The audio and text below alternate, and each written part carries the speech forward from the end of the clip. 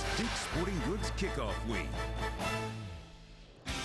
In the shadow of the biggest city in the world, the biggest of Big East games is just a short drive down the New Jersey Turnpike. It's college football at Rutgers, and it's time for the Scarlet Knights and the Cincinnati Bearcats. A Labor Day barbecue of 55,000 ready for the opener now. Are you proud? Are you proud? Hoorah! Hoorah! Rutgers rock! Our team, red team, red team, red team, rock! Rutgers rock!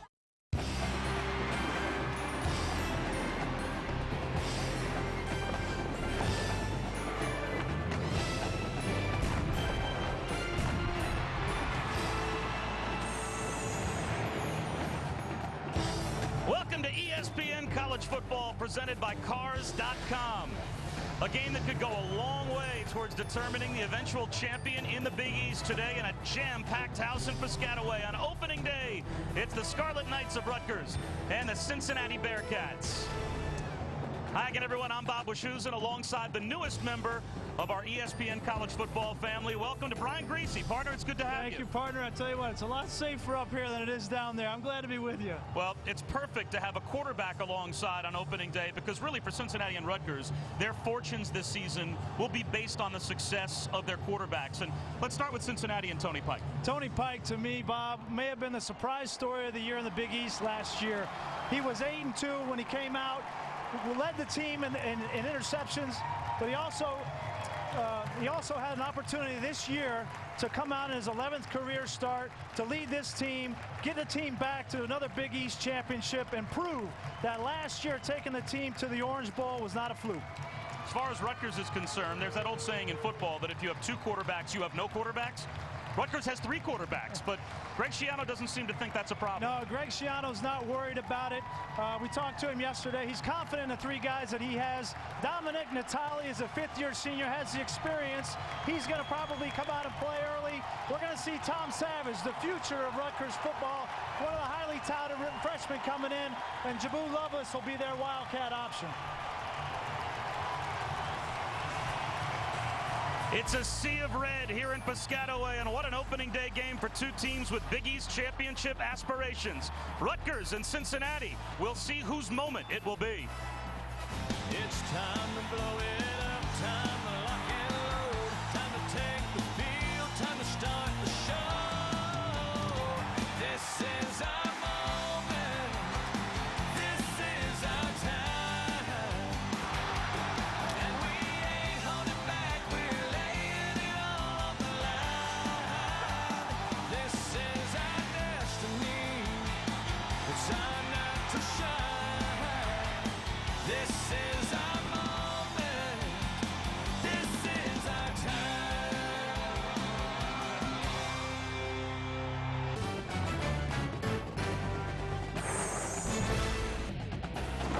ESPN's College Football, brought to you by IHOP, official sponsor of the NFL. Try the All-Pro lineup today. Come hungry, leave happy. What a scene here at the newly expanded Rutgers Stadium. College football presented by Cars.com, and it's opening day in the Big East. Cincinnati and Rutgers, and what you will see before games this season, spurred on by the Coaches Association in college football, a show of sportsmanship before games begin, as both coaching staffs and both teams will shake hands. So it certainly gets the game off on the right note. Brian Kelly, the head coach of the Cincinnati Bearcats, was wired before the game. Let's listen in. Sounds like you want to get the young kid. He's pretty good, huh? He is. Good, good. I've had it. Exactly. And you try to find the right time. You'll find the right time to get him in. Obviously you'd love to be up and you can put him in, but it looks like he's going to be the, just looking at him. You're working overtime, huh? How you doing? Yeah, on a holiday too. Saturday, Yeah, too. you got to work overtime too. Yeah, but you got to get time and a half for a short turnaround. Oh, we're going to come across, right? Yeah. We'll do that. Up the numbers and bring them all over. Okay. Yeah, good. Who do you got next week? Howard, good luck. All right, great, good luck. Southeast Missouri. Play fast! Everybody, play fast! Play for 4 quarters. Try to work win on 2, 1, 2. Jog it in, jog it in, jog it in. Brian Griese, I love the first bit of that soundbite, prying for information, right? That young kid at quarterback, he looks pretty good. Are we going to see him today? Brian Kelly really wanted to know if he was going to see him, but I think we will. I don't think it's going to be early, though. So Tom Savage, the future at quarterback for the Rutgers Scarlet Knights, and for Greg Schiano, is expected to see the field and talk about a renaissance at this university for football. Greg Schiano in his 9th year, the first coach at Rutgers to go to 4 straight bowl games, the first to win 3 straight bowl games. They are in the midst of that streak and the first to gain at one point a top 10 national ranking. And this is the result of that renaissance. This is not the scene that you saw in this stadium before Greg Schiano arrived. They've been playing football at Rutgers for quite some time. They've been playing football at Cincinnati for quite some time. So 2 historic programs today.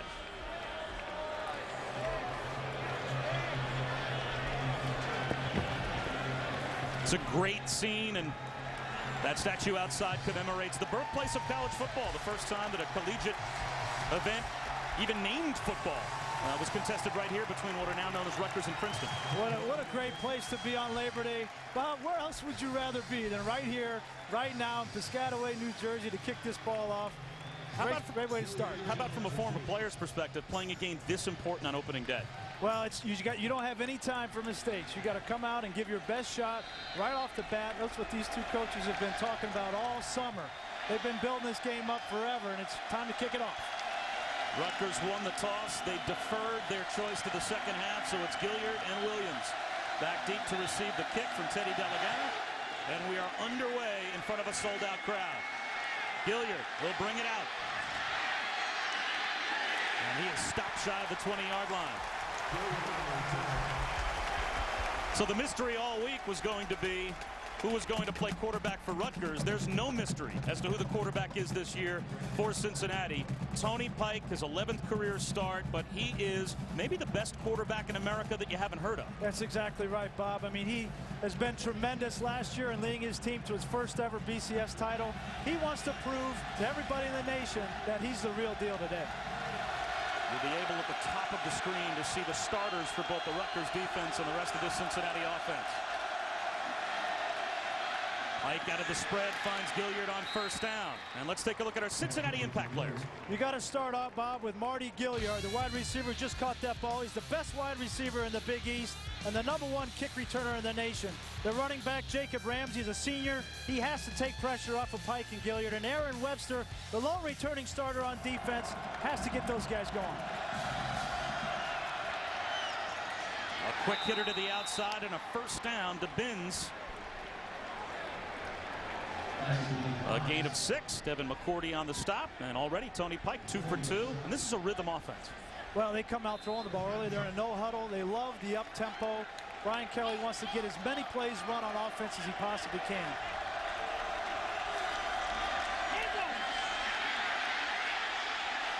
Pike buying time.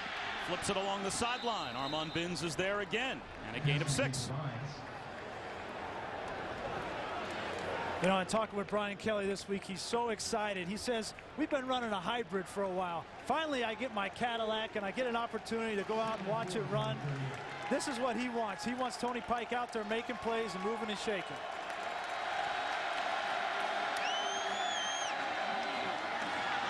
Pike is 4 for 4 as Ben Gaduli has a first down. The tight end gets just shy of midfield, a gain of 9 more yards, brought down by Antonio Lowry.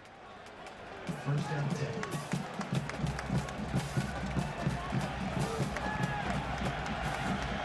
Lone setback is Isaiah Peed. A perfect start for this Cincinnati offense. And now the first carry of the game, and Peed makes a move and gets popped after picking up 5 more yards.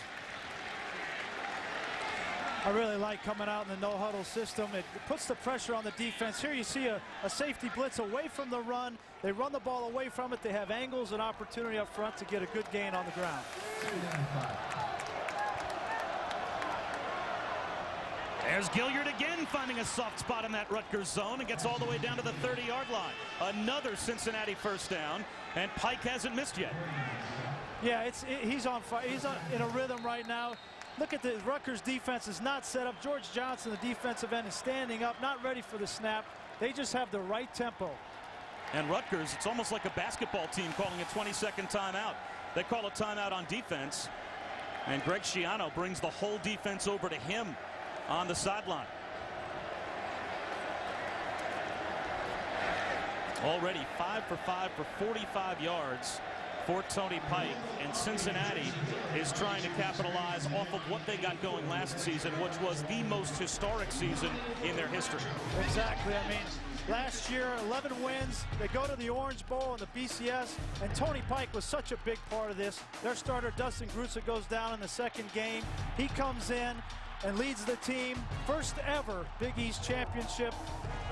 This is what's going to propel Cincinnati to the big leagues, and that's what the Big East needs. They need more Rutgers and more Cincinnati to get into the BCS and win those games to put this conference back on the map.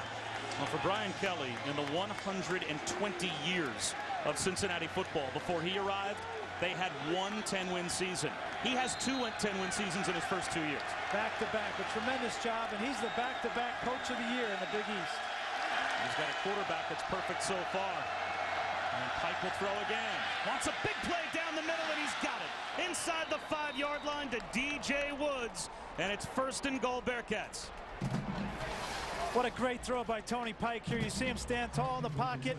2 deep coverage. DJ Woods gets down the middle and goes up. He's fearless. A lot of times you get hit on that play, but he went up and made a great catch. Right back to the line.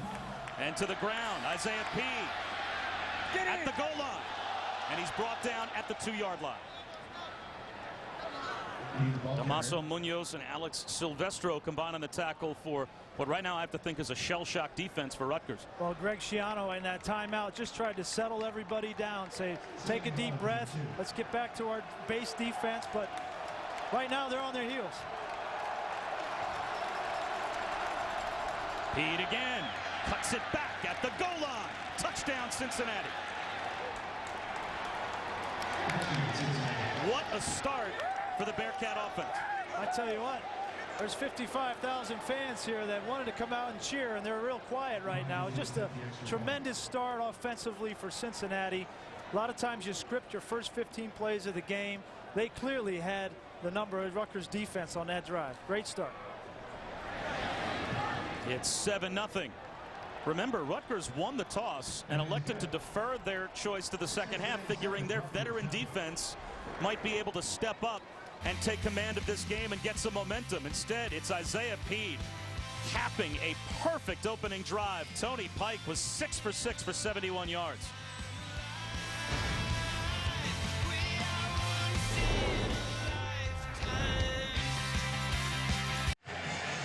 Bob Wischusen and Brian Greasy back in Piscataway. College football presented by Cars.com, part of Kickoff Week presented by Dick's Sporting Goods. And Brian, it would be hard to do it much better than Cincinnati just did. Tempo, tempo, tempo, Bob. Cincinnati just had the right tempo, came out, knew exactly what they wanted to do on that drive.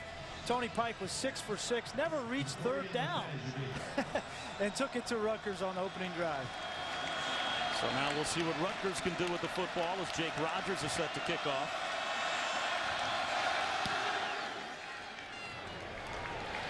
This will be Devin McCourty from the 5. And he's brought down at the 21-yard line. Well, the answer now to the question everyone was asking all week, who's going to be the starting quarterback? And it's Dominic Natale, the 5th-year senior. No surprise here. Dominic Natale, the most experienced of the 3 quarterbacks. I think in a game like this, especially with the opening drive from Cincinnati, but an early interconference game that means so much, Greg Schiano just feels more comfortable with the guy with a little bit of experience coming out first. How about the most experienced quarterback that you have on your roster? Arguably is 3 of 8. So there's not much experience. Granted a 5th-year senior, but has not played much. Bill Martinick is the starting tailback. And he does a great job to maintain his balance and pick up a couple of yards when it looked as if he might have been caught behind the line. Let's look at Rutgers' impact players. Yeah, when you look at the Rutgers offense, Bob, you got to start with number 2. The spark plug of this offense is Tim Brown, the senior wide receiver out of Miami. Just a little guy, 165 pounds, but he is electric. The heart and soul of the Rutgers defense is Ryan D'Imperio. He may be the best they've ever had at Rutgers, and at some point today, you're going to get a glimpse of the future of Rutgers football and freshman QB Tom Savage. Natalia, quick hitter to the perimeter, and Brown gets pounded, but he's very close to a first down. Drew Fry, the free safety, came over and brought him down, and it looks to be good for a Rutgers first down. They got to find as many ways they can to get this kid the ball. He's so good in the open field, so quick. You got to get him the ball on screens, short, intermediate passes. Let him do his thing, because he is dynamite. Last year, Kenny Britt and Taekwon Underwood combined for about 1,800 yards and 12 touchdowns. And Brown was the big play threat down the field. But Greg Schiano told us he's really impressed with how he has done so much to get himself in position to be an every down receiver. Martinick, 2-yard gain, out to the 35. Let's take a look at what this Rutgers offense has lost. They lose a great quarterback, and they also lose 2 great wide receivers. Yeah, Mike Teal now is playing with the Seattle Seahawks, just made the team, but he was a tremendous player for Greg Schiano. And Kenny Britt may have been the best wide receiver in the country last year. He's playing for the Tennessee Titans, and Taekwon Underwood was a complimentary guy.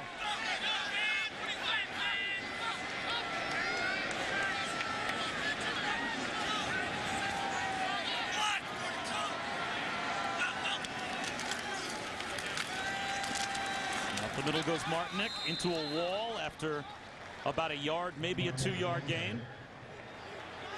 So it will be 3rd down and 6.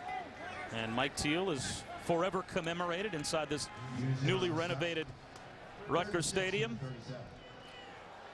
Just a tremendous player, had the leadership skills that Greg Schiano talked about. Really set him apart from the rest of the guys in the Big East.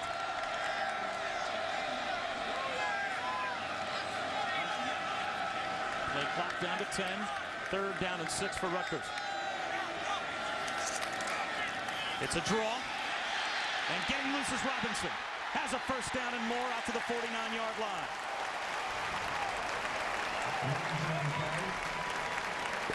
We haven't seen a pass yet, Bob. 3rd and 6, and Greg Schiano trying to protect a little bit Dominic Natali early in the game. He's got his returning starters, 5 of them on the offensive line. That's where the strength of this Rutgers offense is. And early in the game, no surprise to see them moving the ball on the ground with those big guys up front.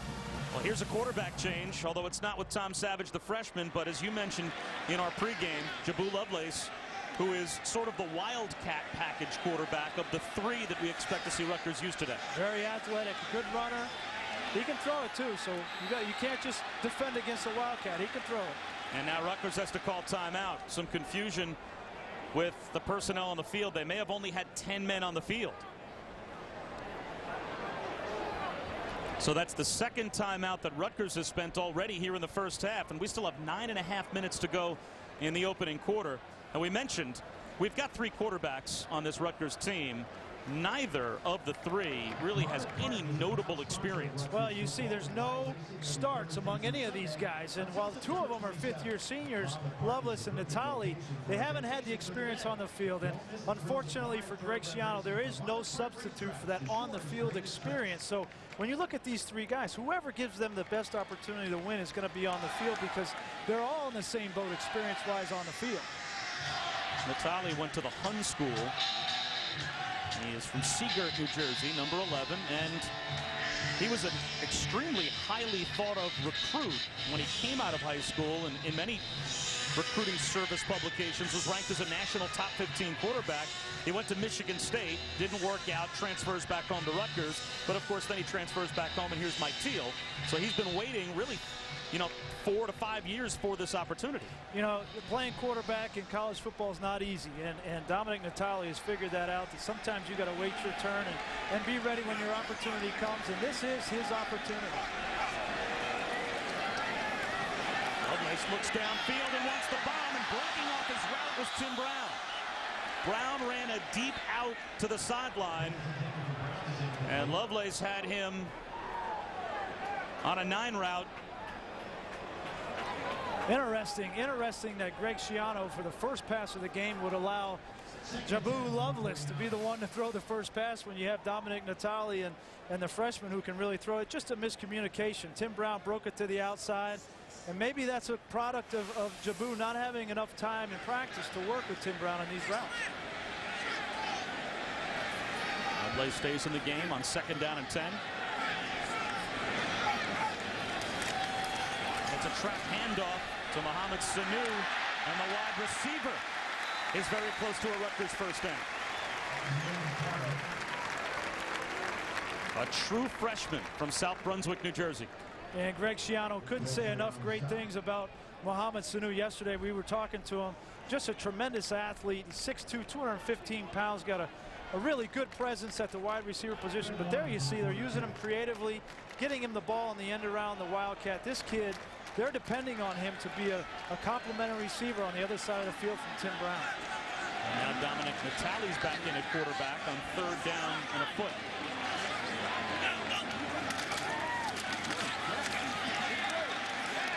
A first down for Joe Martinick.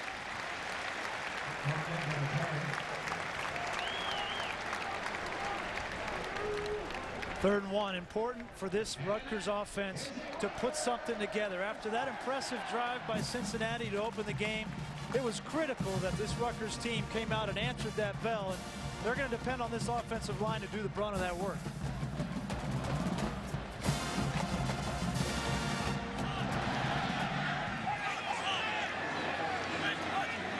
Play of the drive for the Scarlet Knights. Nothing there as Andre Rebels came in and blew up Joe Martinick for a 1-yard loss. We haven't talked much about the Cincinnati defense. They are implementing a new system now. We're running a 3-4. Bob Diaco, the defensive coordinator, has got a new system, and they're going to have to hold up against the run today. Martinick for about 7 yards, maybe 8. Anthony Davis, the second team All Big East left tackle, helped pave the way. So it'll be 3rd down and 2. How about being a quarterback and coming out on opening day facing a 3-4 in college football? You don't see this defense too often in college. No, it's a difficult thing, not only for the quarterback, for the offensive line. There's a lot of differences in making protection calls. Predicated on creating confusion on 1st and 2nd down. This defense is very difficult to open against. Just a weird animal. 3rd down and a couple for Rutgers. And a false start. Art Force, the right guard, seemed to hop early. False start, number 77 offense, 5-yard penalty, 3rd down.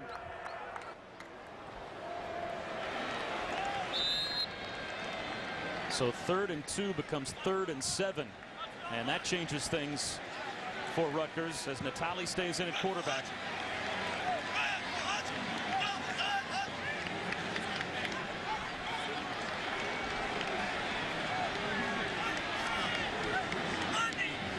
Clock at 5. Natali just gets it off. It's a trap handoff again. Martinick up the middle. And it looks to be good for another Rutgers first down. I'll tell you what, 3rd and 5 to 3rd and 8, not typically a running down in any football league, but for Rutgers, they're going to continue to take advantage of the matchups they have up front with their offensive line. Cincinnati has to do something to get safeties involved. If they can't stop the run with their front 7, they're going to have to adjust their defense. That's been heavy to the rush side for Rutgers on this opening drive, and they are 3 for 3 now on 3rd down. Again, it's to the ground. Again, it's Martinick.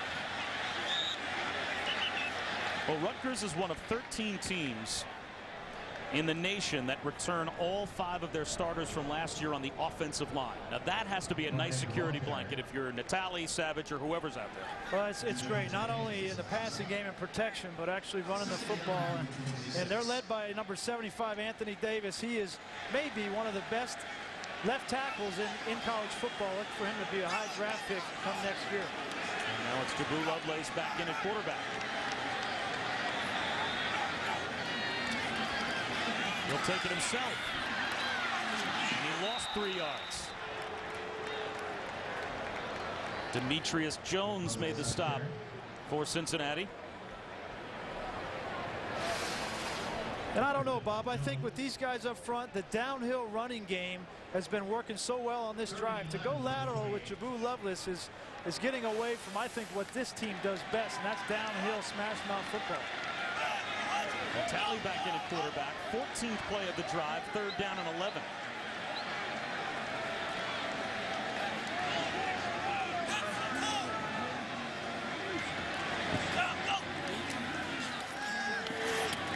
Underneath it goes Sanu. Very close to a first down. He might be a half-yard shy. This sets up a huge early game decision for Greg Schiano. I love the play call. You know, that play gives you an opportunity to get a big hit in a first down. If not, you gain 5 or 6 yards and you get yourself in position for a field goal. That's a quick decision. They go for it and they sneak with Natali moving the pile and picking up a first down.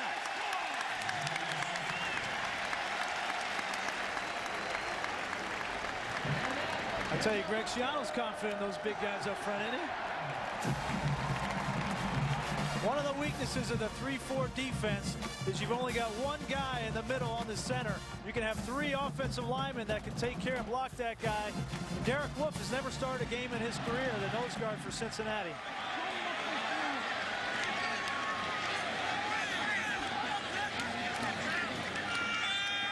End around and dead to rights back at the 25-yard line is Tim Brown. That's a loss of nearly 10 yards. Curtis Young stayed home at his outside linebacker spot. Yeah. All of a sudden, Brown ran right in his arms. This kind of lets the air out of the balloon. You go for on 4th and 1, and then you come back with this, and you lose 10. Great play by Curtis Young. That is not an easy man to tackle right there. That guy's got more moves he can put on you. That is a great play by Young. Curtis Young, kind of that hybrid. He played defensive end in the 4-3. Now he's the, at times, stand-up outside guy in the 3-4.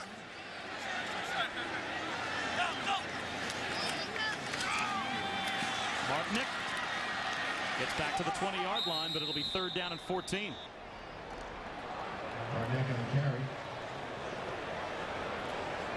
This Rutgers offense, if you're going to run the football and run it effectively, you can't have big negative plays.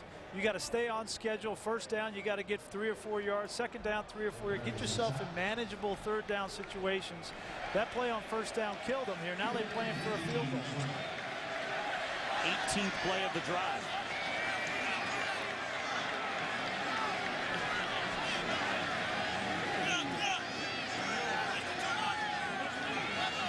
They clock down to 5. Here comes the blitz. Rutgers picks it up. Natali over the middle, short of the first down. It's a great catch made by Brown, but he was hammered about a yard shy of the first down. It sets up the same decision. It's 4th down and 1. I don't know. I like those guys up front. I like them up front. Here's Natali trying to run it quick. He'll sneak forward again. It depends on the spot. It looks to be good enough for a first down. It looked as if all he had to do was get to the 5-yard line. That's the second 4th down conversion for Rutgers on this opening drive. 1st and goal. And if I'm Greg Schiano, I may do that the rest of the day. I don't care where I am on the field. 20th play of the drive. It's 1st and goal.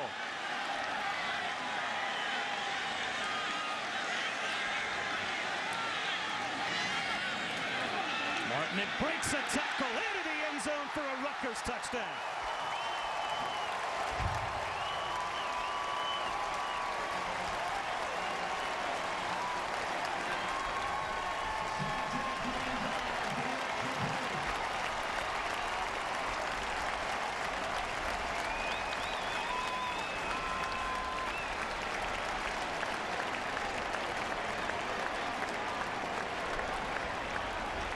A 20-play touchdown drive will set the tone.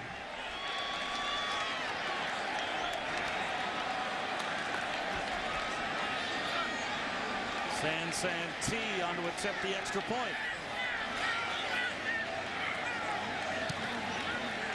And Rutgers ties the game at 7 with a drive that ate up almost the rest of the first quarter.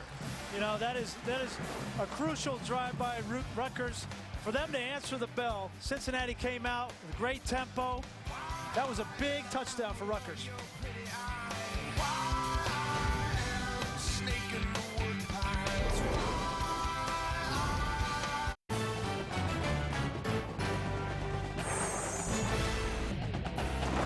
ESPN's College Football is presented by Cars.com, where confidence comes standard, and in part by Dick's Sporting Goods. Every season starts at Dick's. Well, here at Rutgers, they're not just proud of the revitalization of the stadium, but also tremendous new facilities that have been built since Greg Schiano took over. What a scoring drive it was for Rutgers. 20 plays. It took about 10.5 minutes off the clock, nearly 80 yards, 2 for 2 on 4th downs. It was a tone setter. 16 rushes on the ground. Just sets the tempo, allows this big offensive line to come off the ball, take advantage of their size. Great opening drive for Rutgers. Gilliard from the 7. And Marty Gilliard, a very dangerous return man, out to the 25-yard line. So Tony Pike was 6 for 6, perfect on the opening drive for Cincinnati. He and the Cincinnati offense take over next.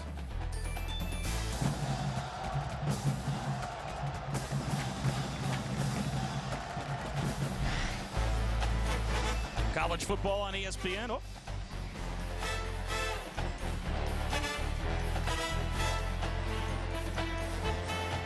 College football on ESPN continues tonight with a Sunshine State rivalry. It's the Canes and the Noles. Bobby Bowden's Florida State Seminoles trying to take some ACC bragging rights away from Miami. College football primetime on ESPN tonight at 8 Eastern.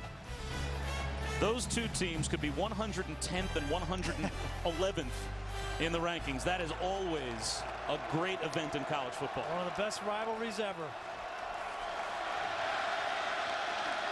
Tony Pike back to work. And right back to throw on 1st down, and Binns dropped it. The first incompletion. I tell you, Tony Pike looks so comfortable out there. Look at him. He knows what he wants to do on every single play, knows where his guys are. He's reading the defense, has an opportunity to sit there, got great protection.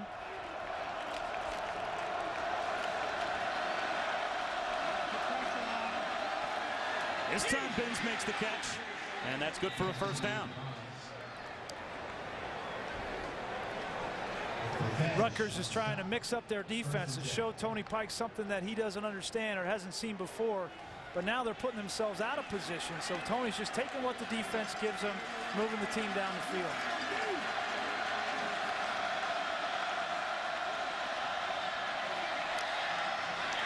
Pike floats one to DJ Woods. Joe LaFege there to make the tackle. It's another Cincinnati 1st down. I tell you, when it's going your way, Bob, you get all the breaks. This one, he kind of floats it out there. Could have been picked. Got tipped. Great play by the receiver to catch that ball off the deflection. Marty Gilliard is the wide receiver at the very top of your screen. Pike under some pressure. And throws it away. This might be only his 11th career start, but there's some maturity there. I tell you what, yeah, he just feels comfortable right now. He's not going to do anything that puts his team in a position where he could turn the ball over. That play right there didn't work. Get out of the pocket, extend the play. Maybe there's something down the field, and if not, get rid of it.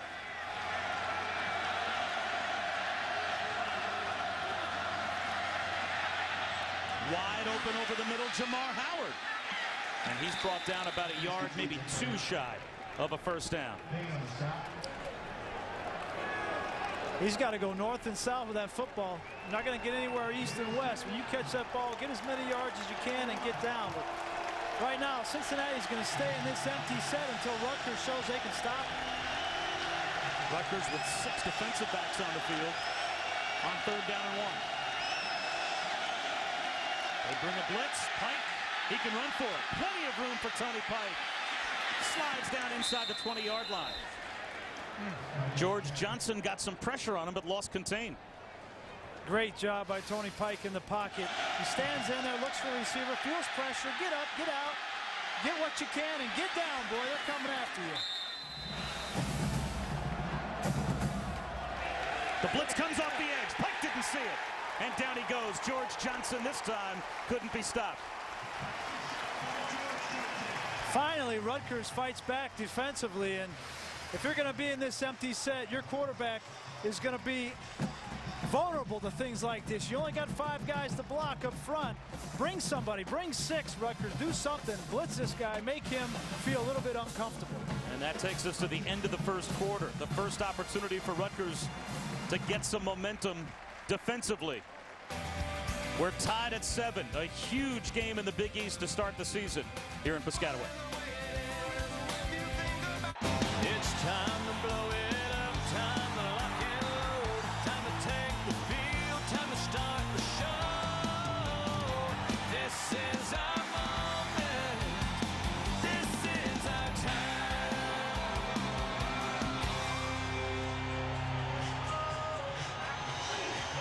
Terrific opener in the Big East, and we have the last 3 winners of the Big East Coach of the Year award in this game. Greg Schiano won Big East Coach of the Year in 2006.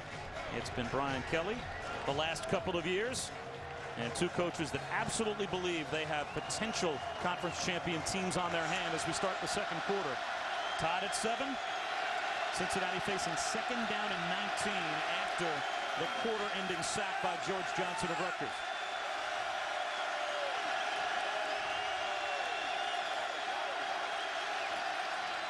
Pike wants to set up the screen to Armon Binns. He's got it.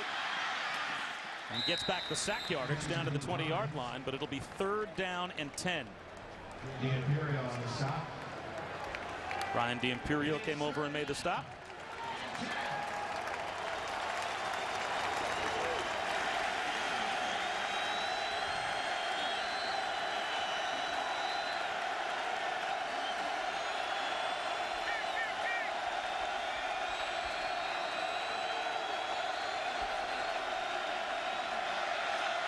They roll the pocket, find Gilliard. He's brought down 3 yards shy of a first down. Devin McCourty came up and made the stop. I like it by Rutgers. Come up to the line of scrimmage and do something. Make him throw the ball quick. He gets it out to Gilliard, but you got to be able to come up and make that tackle, prevent a first down. Brandon Bing actually on that stop, so it sets up a field goal attempt. Rogers on for the field goal try. Jake Rogers from 30 yards.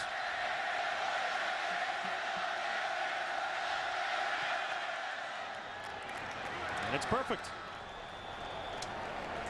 So Rutgers defense bends, but they don't break, and they surrender only 3. Cincinnati has the lead back early in the second quarter.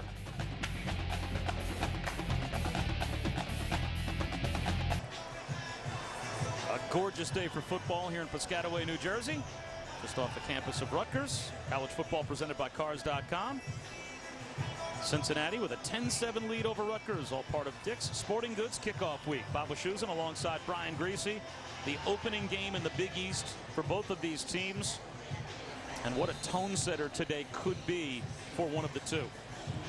What a great opportunity to start your season off with an interconference win and get this season off on the right foot.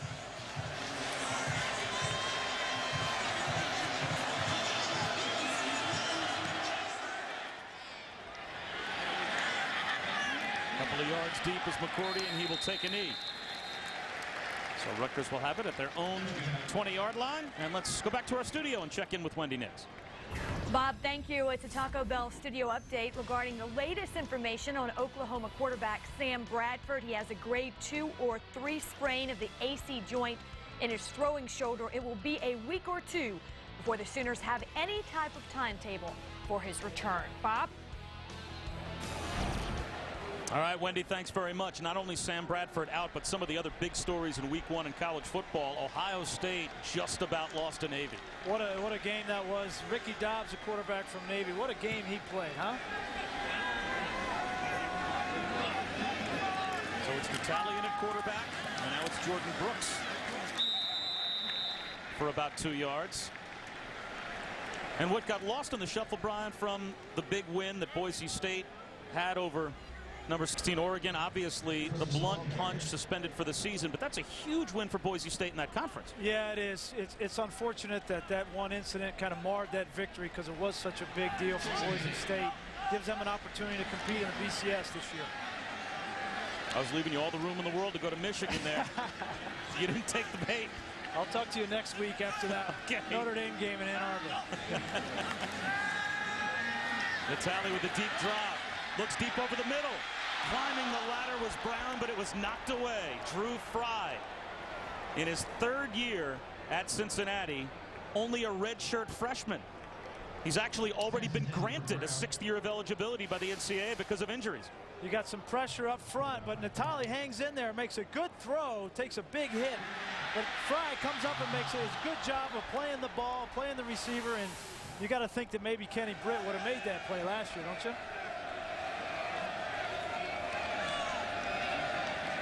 Well, if you missed Kenny Britt and Tyquan Underwood, you certainly missed them on 3rd down and 8. Play clock down to 5. 4-man rush. Natali well protected, and now finally the pocket collapses. Alex Daniels gets the sack. And this is experience, Bob. You know, you're hanging on to the ball, waiting for a guy to come open. There's got to be a clock in Dominic Natali's head. It's going off right about now. You got to get rid of that ball. Give yourself a chance to maintain field position and for your punter to get the ball out. Now it's up to Teddy Delegana to try and change field position for Rutgers. Punting from about the 5-yard line.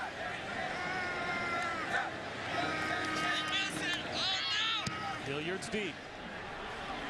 Pretty good kick. Gilliard brought down immediately at the 40-yard line. Devin McCourty downfield to make the stop on special teams. Cincinnati has the ball back with a 3-point lead.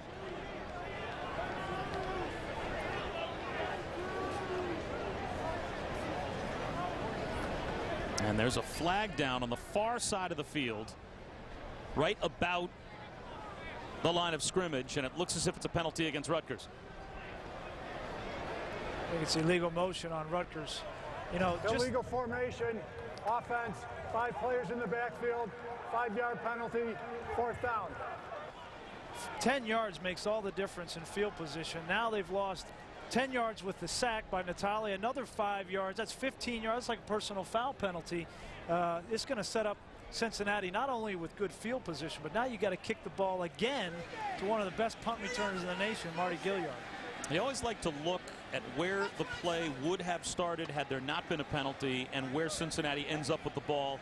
Granted, that 5-yard penalty in terms of where Rutgers kicks it is 5 yards, but if Gilliard had been brought down and the drive started at the 40-yard line, let's see where they start now to see exactly how much of a penalty that was. Well, it could be far more than 5 yards in terms of field position after Gilliard's return. Well, I just want to see Marty Gilliard return the ball. I mean, this guy's unbelievable. He can take it to the house at any moment. And I know that Greg Schiano right now is not happy having to kick the ball to this kid again because he is unbelievable. Hard to believe that Cincinnati hasn't brought one back with Gilliard as a weapon.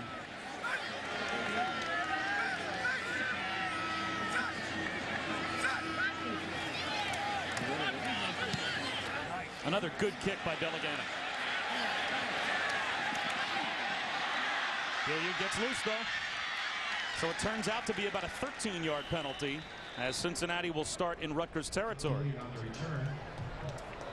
12:02 to go before halftime. A 50-yard punt and a 12-yard return.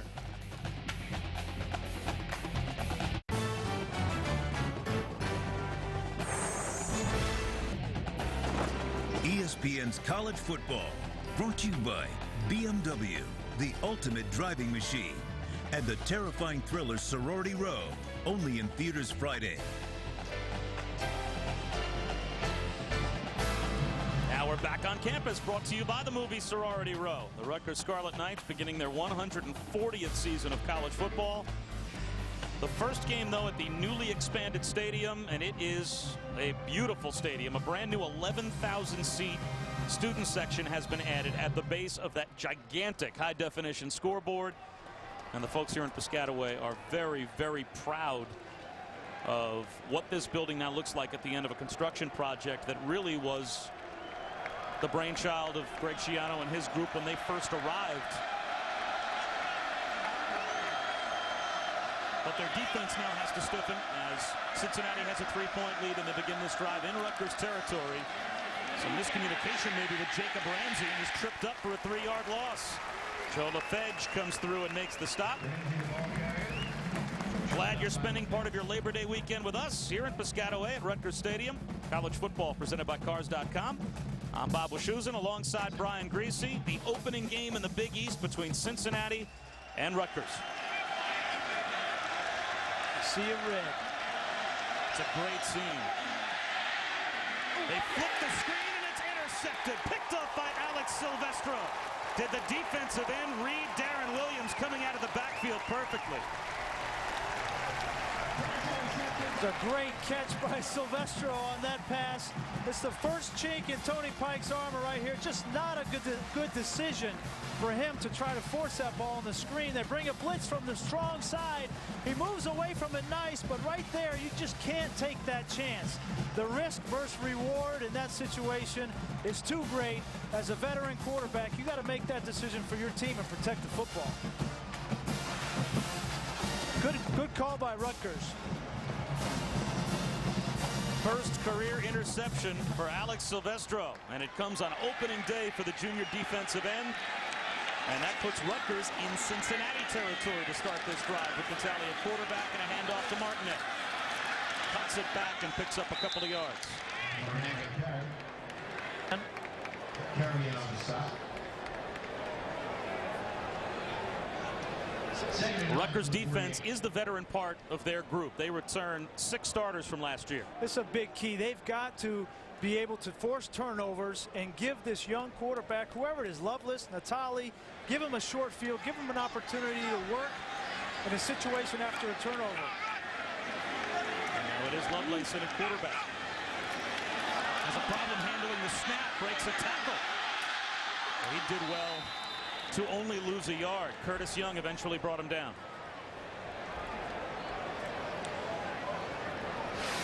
Take a look at this interception. They're going to bring a blitz from the strong side of the field. He's going to have to move away from it. Does a good job getting away from it, but now at that point with a lot of indecision there with that running back, and Silvestro read it, played it well. Just throw the ball away. Give your team a chance. Great play by Silvestro. Look, he looked like a basketball player, though, didn't he? I tell you, defensive linemen get excited when that ball's in the air. Sometimes they want it not to hit him in the chest. They want it to be away from him so that they can make a play. Now, here is potentially a big injury for this Cincinnati defense. Aaron Webster is down. He is the only returning starter from last year's Cincinnati defense. Now, it's a defense that probably has more experience than that would lead you to believe. They have 10 new starters, but they still have 7 starters this year that are seniors as a part of their group, but that's the only senior with starting experience, and he's coming to the sideline. A lot of guys that have been in the program, but Aaron Webster is really the heart and soul of this, and he just gets cracked. Mohamed Sanu, the true freshman, what a block coming back, and that's clean, folks. That's a clean hit. He had his head in front. He just got the wind knocked out of him. He'll be fine.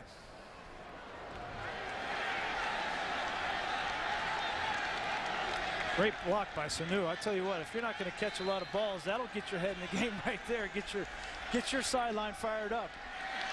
Natali back in at quarterback, though, 3rd down and 10.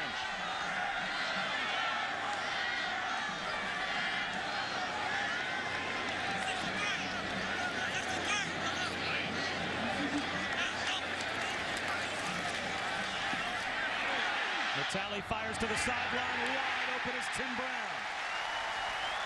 A gain of 20 and a Rutgers first down. That was a great job up front by the offensive line, giving Dominic Natali an opportunity to set his feet, sit in there and wait. This is a long developing route down the field. Tim Brown makes the play. Great job keeping his feet in. That's a big play for Dominic Natali. Get his confidence going in the passing game. Tim Brown, really known as a deep threat coming into this year, 11 career touchdowns. He goes in motion and takes the handoff. Brought down for no gain, may have lost a yard. Dan Giordano made the tackle. Take a look at the Natali in the pocket here. This is not an easy throw. You got to throw it over the linebacker and under the corner. Pretty wide open there. Tim Brown did a good job run that route, and Cincinnati's got to do a better job of getting that guy at the line of scrimmage. You can't let Tim Brown get off the line of scrimmage, or else he's going to burn you down the field. For Cincinnati's defense, Aaron Webster, the senior free safety, back on the field. He missed only one play. And clock down to 5 for Rutgers. Play action for Natali. Buys some time. Again, he's looking for Brown, and this time the ball's dragged loose. Dominique Battle came up to knock it away. Just doesn't look to me at the line of scrimmage like Dominic Natali looks comfortable. He's looking over to the sideline. He's got his hands. This one, he had Tim Brown open again, and the same kind of route. Threw it too high. Just doesn't look comfortable right now to me, Bob. A little bit of indecision at the line of scrimmage. These guys looking over, trying to get a play. The clock's running down. 5, 4, 3, 2. A little hurry may have affected that throw. Play clock again at 2 for 3rd and long. Natali up the seam, and it's intercepted. Picked off. Webster down the sideline. So the two teams trade turnovers. Rutgers gets an interception, and then they give it right back.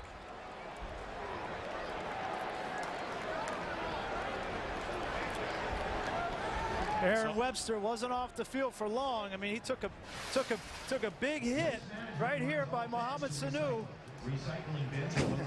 He had to go over, get a little oxygen. He came right back. Good hands on the deflection. That's what a senior captain and leader needs to do right there. Make that play.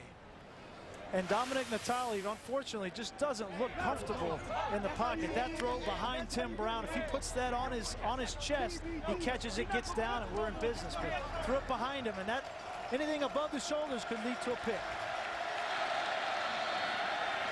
Ike off a play action fake, throws across his body, dangerous throw, and he's got a connection to DJ Woods. That's a hard throw to make. Yikes. I guess his confidence didn't waver after he threw the pick. He came back and threw probably the most toughest ball you ever see. A gain of 26, and Zaire Kitchen, Rutgers free safety, is down. Well, the player you expect down after that throw would be the wide receiver. You need a pretty gutsy wide receiver to catch a floater across the middle the way DJ Woods just did for Cincinnati. Yeah, when you throw the ball back across the field into the middle of the field, you've got defenders that are coming from both directions. He may have ended up hitting one of his own guys, it looked like, knocking himself out, but that's just a dangerous play, both sides of the football.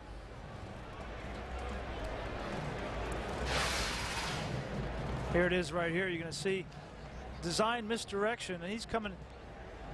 Deer Imperial played the route really well. He just made a great throw, and right there it is. He ends up hitting.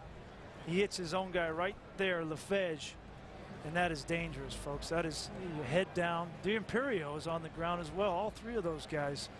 That's just a bad collision right there.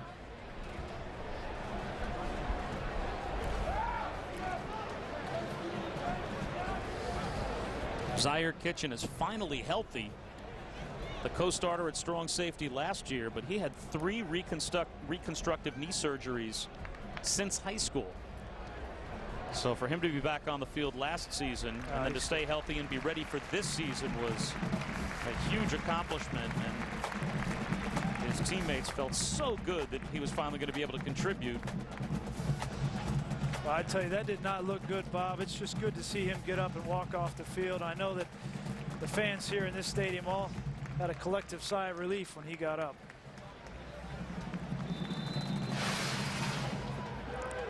You'll see he'll come in here and he'll have his head down a little bit, and I think he hit Lefege on top. All three of those, that's just a violent hit. All three of those guys were lucky to walk away from that one.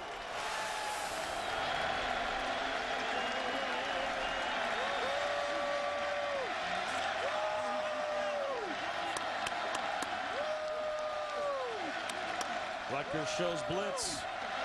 They rush 5. Hike buys time. Again, throws it over the middle, and he's got Gilliard. That's a first down. That's a great throw by Tony Pike. I know it's, you know, when you football 101 and quarterbacking 101 is you never want to throw back across your body to the middle of the field because bad things happen, but sometimes, Bob, you just can't help yourself. he got that to Gilliard, and good play. Tony Pike was perfect on the first drive, 6 of 6 for 71 yards. He has the interception, but he's been pretty good since as well, 7 of 10 for 90 yards. And his last 2 passes, both good for first downs. Again, it's Gilliard. Picks up a block and gets knocked out of bounds at the 21-yard line by D'Imperio. And I like what Cincinnati's doing here. They're getting back to what they did on the first drive. Empty formations, no huddle, quick tempo. Let's run a bunch of plays, catch these guys offside. Rutgers trying to substitute. Their guys are getting tired. I see a lot of hands on the hips down there, and it's all about tempo right now for Cincinnati.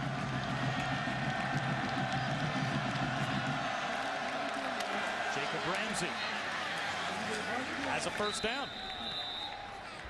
Down to the 16-yard line, a gain of 5.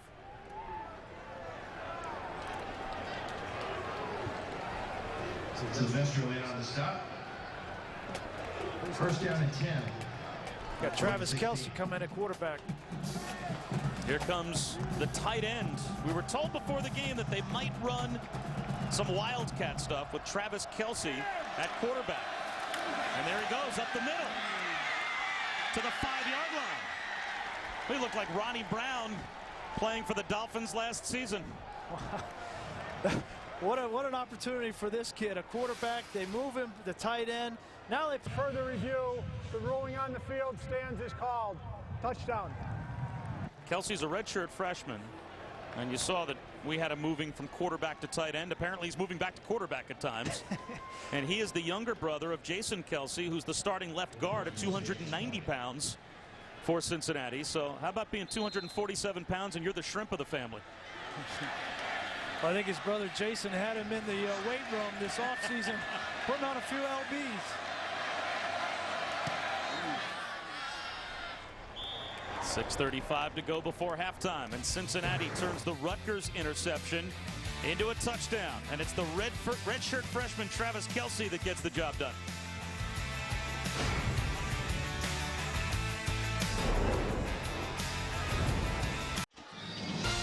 At the brand new Yankee Stadium, it's an ESPN Wednesday night Major League Baseball doubleheader. First at 7 Eastern, Evan Longoria and the Rays will take on Derek Jeter and the Yanks. Then in a game presented by Smirnoff Ice at 10 Eastern, Manny and the Dodgers will take on the Diamondbacks. Major League Baseball, part of the Hunt for October on ESPN and ESPN 360 on Wednesday. College football presented by Cars.com. All part of Dick's Sporting Goods kickoff week. Cincinnati and Rutgers in the Big East opener for both of these teams. On a perfect afternoon for football here on Labor Day weekend.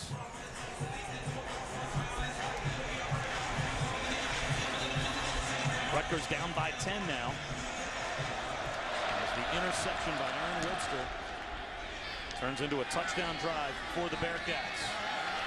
So the Feds will bring it out. And he gets free to the 30-yard line. Good kickoff return.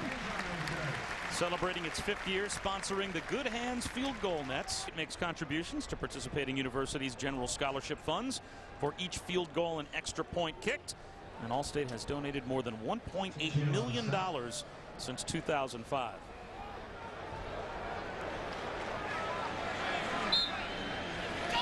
So we've seen a mixture of Dominic Natale and Jabu Lovelace at quarterback for Rutgers. It's Lovelace once again. The heralded freshman Tom Savage has yet to play, but we've been told to expect him at some point today.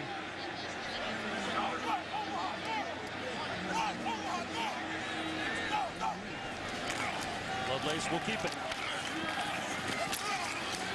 and pick up 2 yards. You got to think that the Cincinnati defense is getting used to the Jabu Lovelace package and this Wildcat package. They've seen it now 5 or 6 plays. I think they're ready for it. On the tally back in now on 2nd down and long.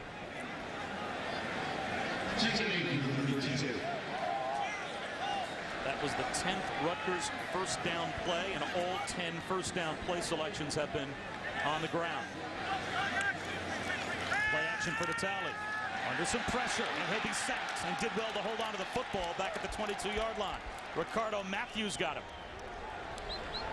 The 3-4 defense, it presents confusion for the offense. The back blocks Demetrius Jones and lets number 90, the defensive tackle, free. He had to make a choice there. Two guys coming off the edge. He took the first one, but you can't block the second one.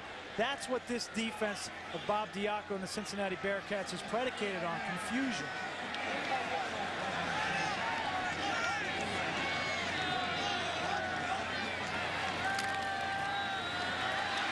Set the screen up. Martinet to the 30-yard line.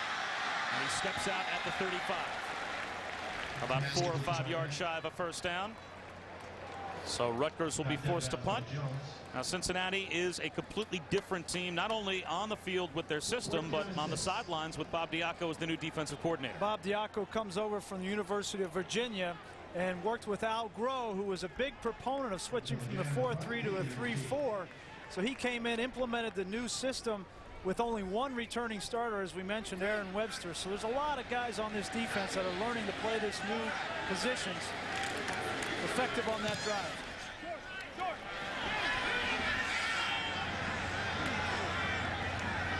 That punt will die at about the 29-yard line of the Bearcats. So whichever team wins today is going to have a major leg up in what should be a very competitive Big East championship race. But there have been a lot of talented players that have left the conference. What do you forecast? These two teams and who else might be in contention? A lot of stars there that moved on to the NFL, some early. You know, these two teams are going to be in the running. West Virginia is always up there, Pittsburgh. But you know, if Rutgers can get by Cincinnati, they have 3 other games at home against the Pittsburgh, West Virginia. They might have a chance to run the table if they can weather this storm early. No ranked teams out of the Big East. That's certainly the big is the conference being disrespected question coming into this season. Pike floats one down the sideline over the head of Armand Binns. And how about Greg Paulus at quarterback for Syracuse? Got that game to overtime. Syracuse blew a second-half lead and almost won in Doug Marone's debut. I tell you what, it's not that different than playing point guard for the Blue Devils, right? You just got people coming at you now. They're allowed to hit you. They're allowed to hit you, yeah. No fouls in football, last time I checked. But he did a good job. I was impressed. Rutgers brings the blitz. And it's a false start. False start, 66 offense, 5-yard penalty, second down. First penalty on Cincinnati. I think Tony Pike was fortunate they called a penalty there. They had 2 guys coming free off the edge. Rutgers has to put some pressure on Tony Pike. Again, they're in this empty set here. No backs in the backfield. They can only block 5 defenders. We'll see what they bring this time.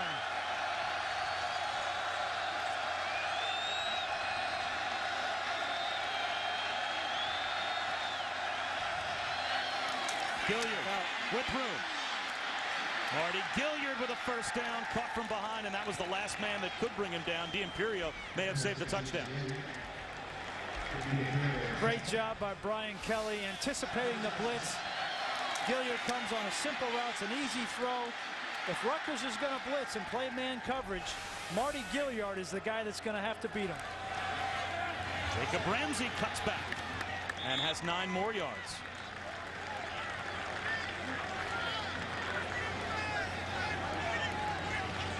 Marty Gilliard doing it, receiving the ball, returning punts, returning kicks. Last year didn't return many punts. I think that Brian Kelly wants to give him as many touches as he possibly can.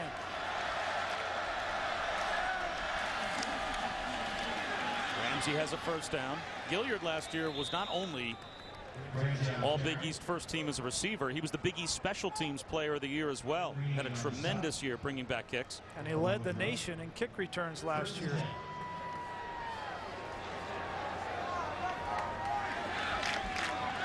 Down to 3.5 minutes to go before halftime, and Brian Kelly's Bearcats have Rutgers on their heels. Gilliard on the sideline, but it's 1st and 10.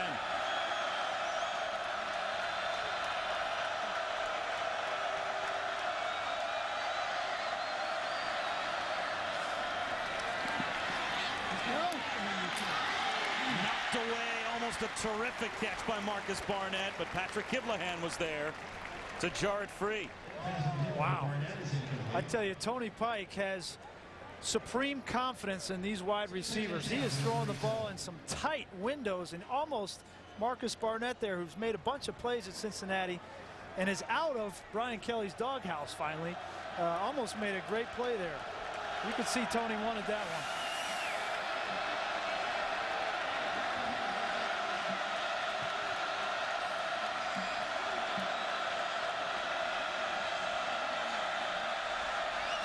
Four-man rush on 2nd and 10. Pike looks down the sideline. Wide open is Ramsey. Inside the 10, and he's brought down inside the 5.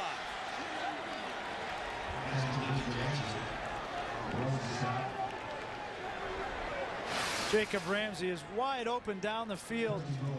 Running backs outside are normally clear out guys, and that's what Jacob Ramsey was doing there, but nobody went with him. He did a great job of settling in the hole.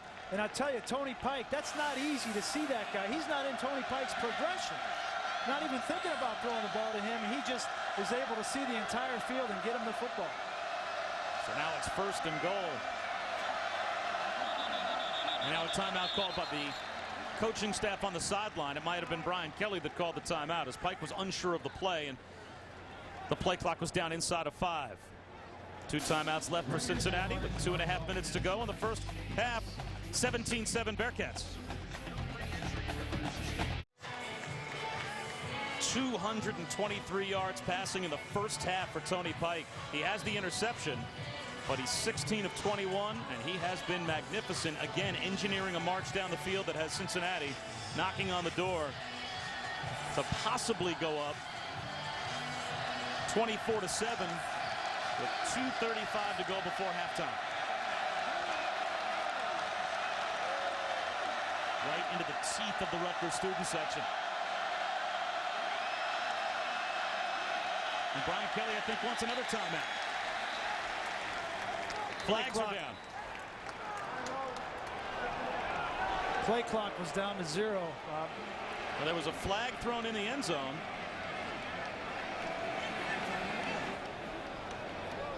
But they're going to pick the flag up and say that they got the timeout in time. So even after the conversation on the sideline, still some confusion for Cincinnati when they got back out on the field. So Tony Pike, last year a tremendous season, but maybe a learning experience in the Orange Bowl going up against Virginia Tech. Yeah, had a tremendous year leading up to this Orange Bowl game in the BCS. And he struggled mightily, threw 4 interceptions in this game against Virginia Tech. You can see he's a very confident individual. It feels like he can force it into certain situations, but can't do things like this. And we talked with Brian Kelly yesterday, and he said, you know, I wanted to leave Tony in there to get the experience of overcoming that situation and that adversity, and his teammates needed to see him come back and bounce back from that game. And I think it's given him an opportunity to really be more of a leader this offseason. Tony Pike didn't even play football until high school and didn't play quarterback in high school until he was a junior.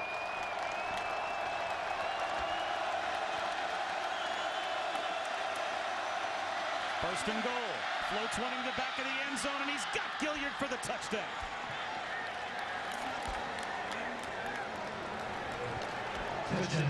Tony Pike has all day to sit back in that pocket and make these throws. Marty Gilliard does a tremendous job of fighting through the defender in the back of the end zone and makes a great grab.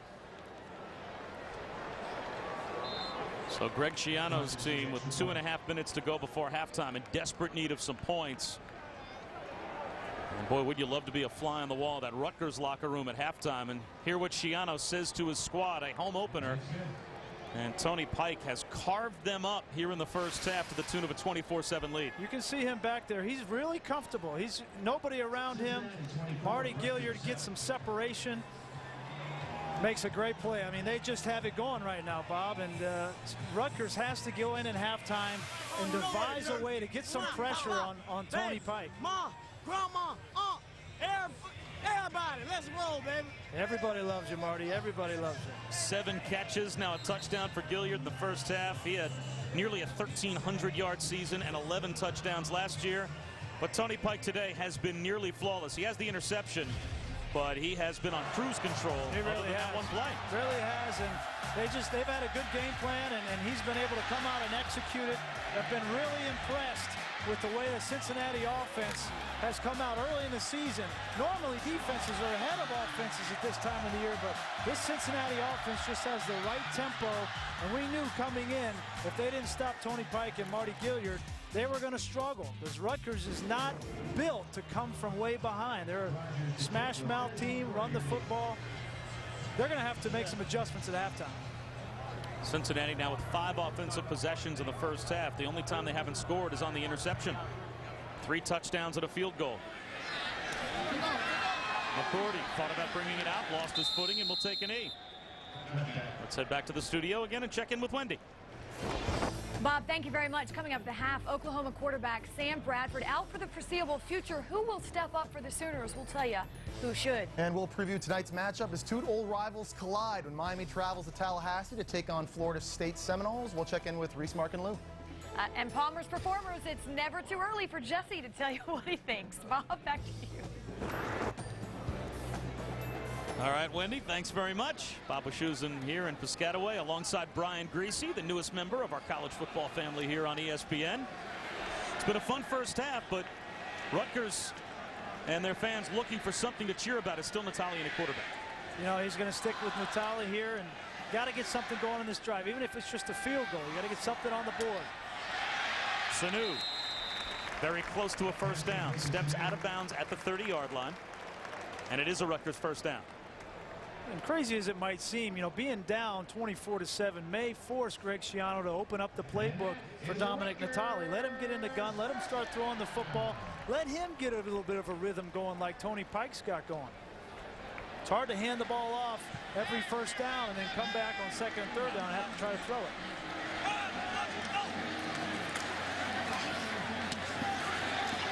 Sanu has another first down out to the 45-yard line. Those are the first 2 passes Rutgers has thrown on first down.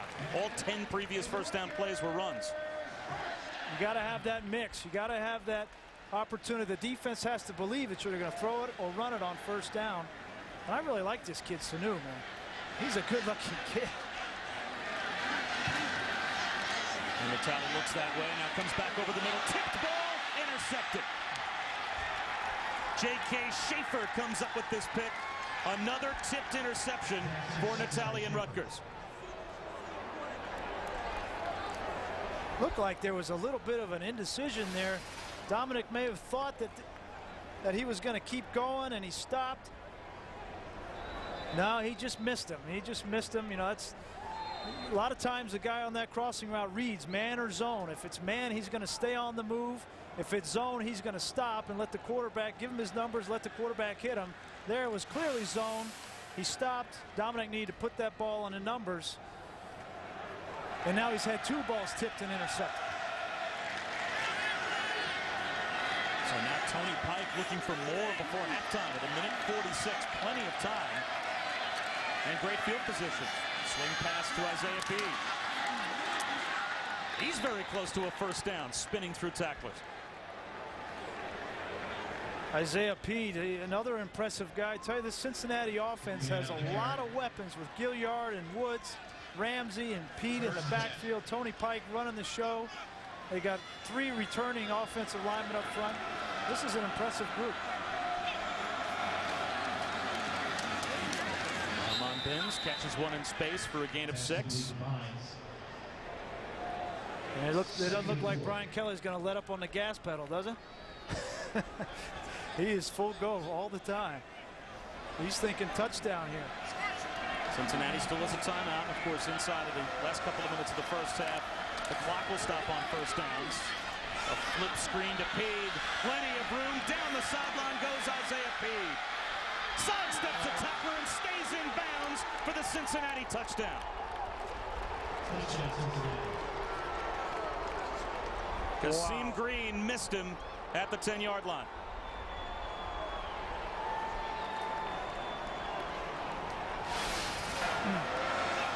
What a play call. Expecting a blitz, you call it screen, you got guys out in front, and watch this move by Isaiah Peed right there. Those feet on the sideline. What a tremendous play. This opening day crowd here at Rutgers is shell-shocked. 54 seconds to go in the first half, and it's 31-7 Cincinnati. 286 yards passing now for Tony Pike. Wow. And a lot of this play right here was Isaiah Peed, but you got to give all the credit in the world to Brian Kelly. They get that turnover with 2 minutes left in the half. They're up 24-7. Maybe you think, well, we'll just be conservative, play for a field goal, but he goes for the throat.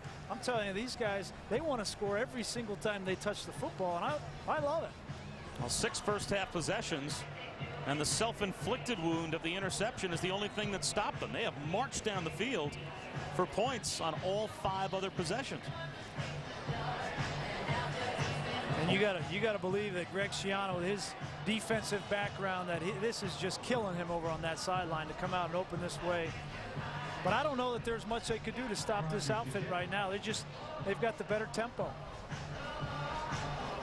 Well, the way Cincinnati has played so far today, and if this result holds up, there may not have been a Big East team ranked in the top 25.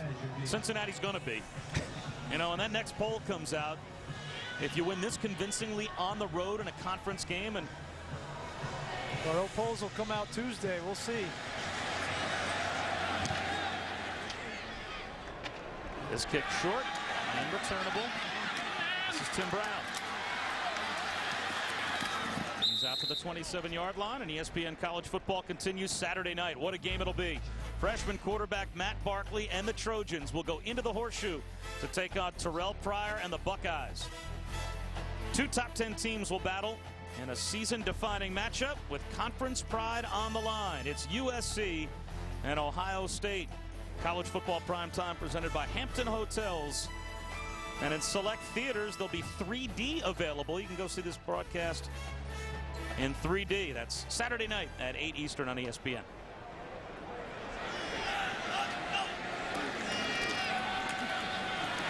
Vitale sets up the screen. Martinek down the sideline. And he gets out of bounds, just shy of midfield. And a flag comes out. That might be 15 more yards. Demetrius Jones hit him out of bounds late.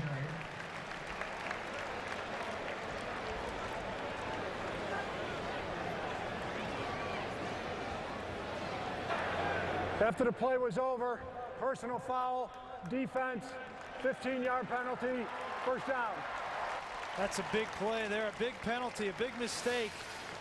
Puts the ball on the 40-yard line. Still 40 seconds left in the half, and Rutgers has a timeout. Plenty of time for Natale to get a field goal, potentially get a touchdown in. Well, that would change the game tremendously if Rutgers can get in the end zone before halftime. 4-man rush. Natale tries for a big one down the sideline. Intercepted again. Picked off by Demetrius Jones. And he will lay down at the 20-yard line. And Natale now hears it from the crowd. That's the 3rd pick in the first half for Dominic Natale. It's the same play that he hit Tim Brown on earlier in the game. Tim Brown's going to try to get behind Demetrius Jones here. Same exact play they hit earlier in the game, but Cincinnati made a good adjustment. Jones played the ball well. Jones is a former quarterback. Switched over to linebacker, made a good play on the ball there, and Dominic Natale has got to find a way to start making some plays. Well, Greg Schiano told us at some point we might see the future of Rutgers football in Tom Savage, but more because they were going to get him some experience. This might be a substitution, who knows, at halftime if we see Savage in the 3rd quarter.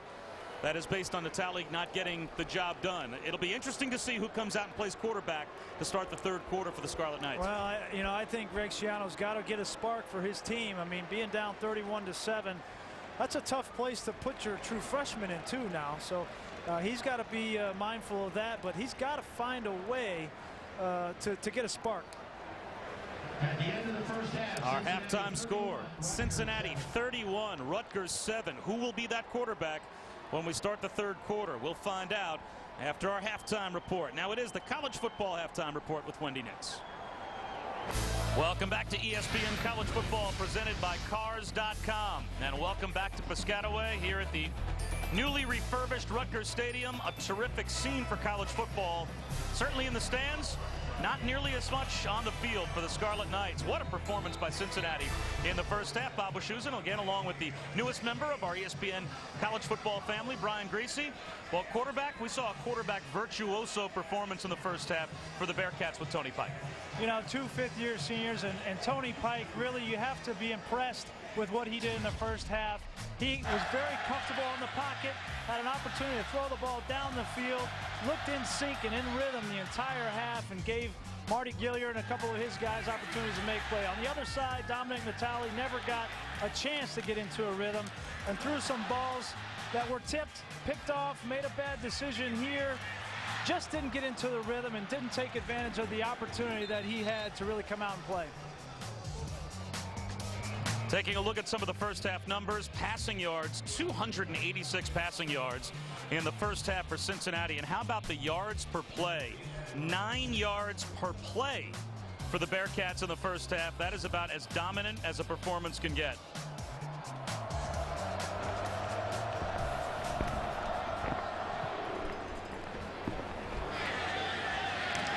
Rutgers starts the second half with the football. Kevin McCourty brings it out.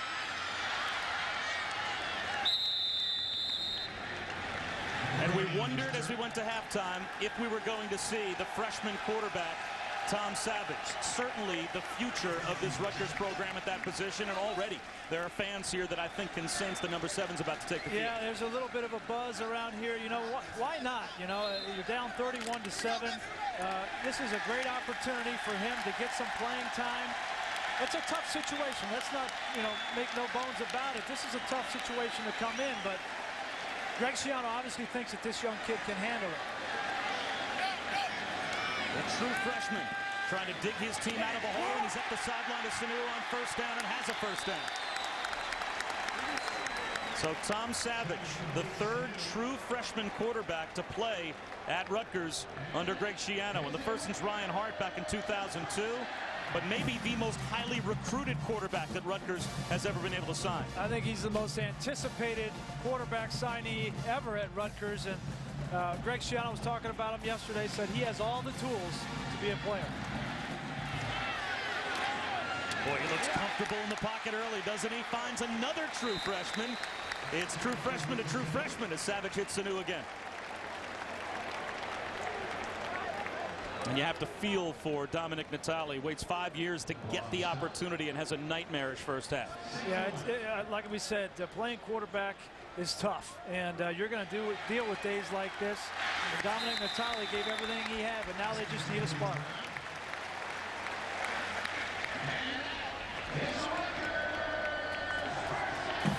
Another first down as Tim Brown picks it up. And now in plus territory go the Scarlet Knights. And I like the way they came out, Bob. They're not huddling. They're in a no huddle. They're giving Savage everything in the playbook, giving him an opportunity to come out and run the offense and trust him throwing the football.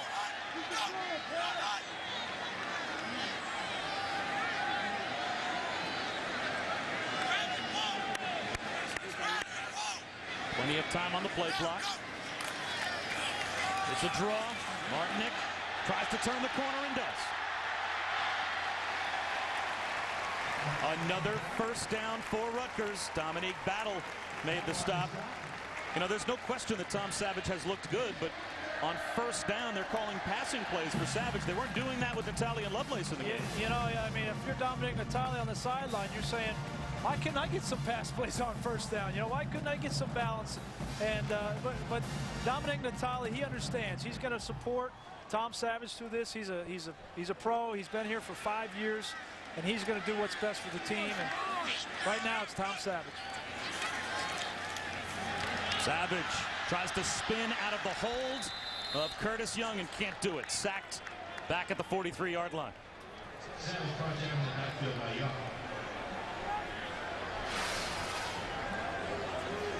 Young made a good move right there. I'll tell you what, that's Anthony Davis, one of the best tackles in college football, and Curtis Young just made him look silly right there.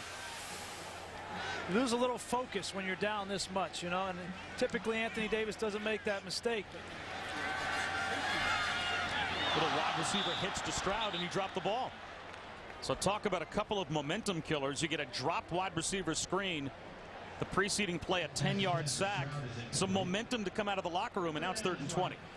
You get a lack of focus at left tackle. You give up a sack. You drop a ball. Not liking what I'm seeing from Rutgers coming out of the chutes right now.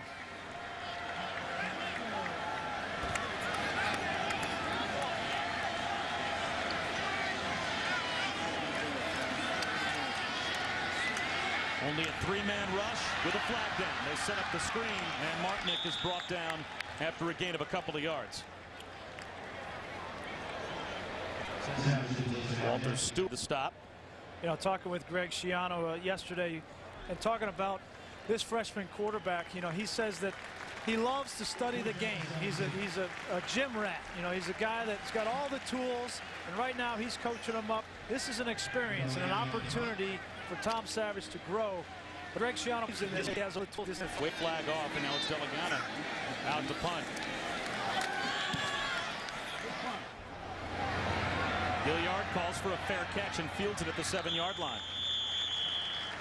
So Rutgers gains some field position, but they stall at midfield, and now it's back to the veteran, Tony Pike, when we return. If you're familiar with the freshman 15, this is where you put it on if you come to Rutgers. The world-famous grease trucks. What do you get in there? I've never been to one of them. It's basically a sandwich called an angioplasty special. It comes with a gift certificate to a cardiologist. That sounds pretty good. I may have to do that after the game. Tony Pike has broken the hearts of the Rutgers fans this afternoon. 286 yards passing. Just phenomenal. And not only the yardage, but his percentage, 20 out of 25. He's just been on point in the first half. The Scarlet Knights have field position to help them here, but Pike goes right back to work all kinds of time. Underneath to Gilliard, and it's a first down out near the 20-yard line. It'll be interesting to see how Cincinnati comes out, whether they change up offensively, what they want to do. But this is, you look at the way we spread it around, and this is as much Brian Kelly as it is Tony Pike. These guys, the top two guys, wide receivers, Pete with a long touchdown. This is a sign of a good offense, spreading the football around, getting everybody touches and involved. Been really impressed with the way that Brian Kelly has orchestrated his offense today. And Rutgers now with a injury to deal with. That's George Johnson, who had maybe the only big play made by the Rutgers defense outside of the interception to Alex Silvestro in the first half. Johnson had a sack of Tony Pike, and now he is down. And with Cincinnati on top 31-7, Rutgers defensive line can't afford to thin out. No, and George Johnson is undoubtedly their best defensive lineman up front and a leader on their team. He started 22 games as a true senior, and he may have a future at the next level. We hope he's all right. It looks as if he got his bell rung by Devin McCourty, the cornerback who came in, and that's helmet to helmet, teammate to teammate. McCourty walked away no problem, but Johnson caught it right on the side of the head. Oof. That's two of those we've seen today. These guys running into each other. Looks like he may have got a stinger. When they move that arm around like that, it's usually a neck stinger. He should be all right.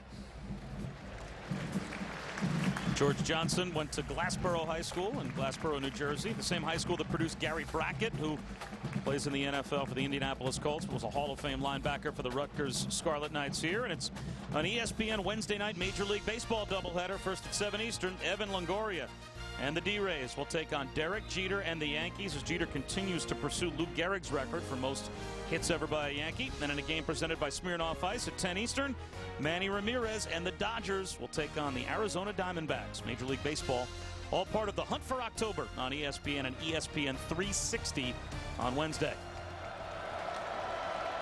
So it's a junior Jonathan Freeney in the game to replace George Johnson for Rutgers.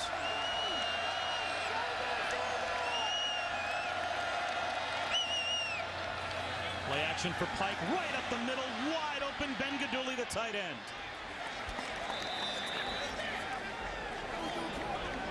What a nicely designed play here by Brian Kelly. Fakes out of the gun. You fake the run, pop it right to the tight end, makes the linebacker suck up number 50, Lowry, and he's wide open down the middle of the field. Isaiah Peed for a couple of yards. But Cincinnati looks like they can run any passing play in any which way they want, and Rutgers has had no answers. They're just keeping them off balance. It seems to me that Brian Kelly is about 2 steps ahead of Greg Schiano right now, offense versus defense. He is anticipating what's coming and calling the right play to take advantage of it. Now Schiano's going to come with a weak side blitz here.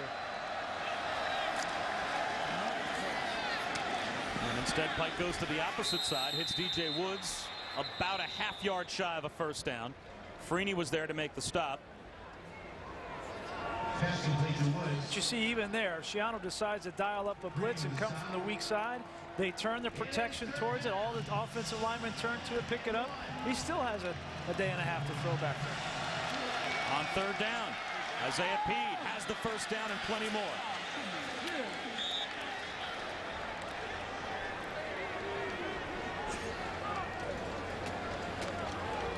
This kid looks good.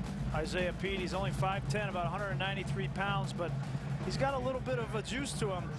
Get out on the edge. You saw him in that long screen play for a touchdown. He got some power behind his pads, too. There he goes again.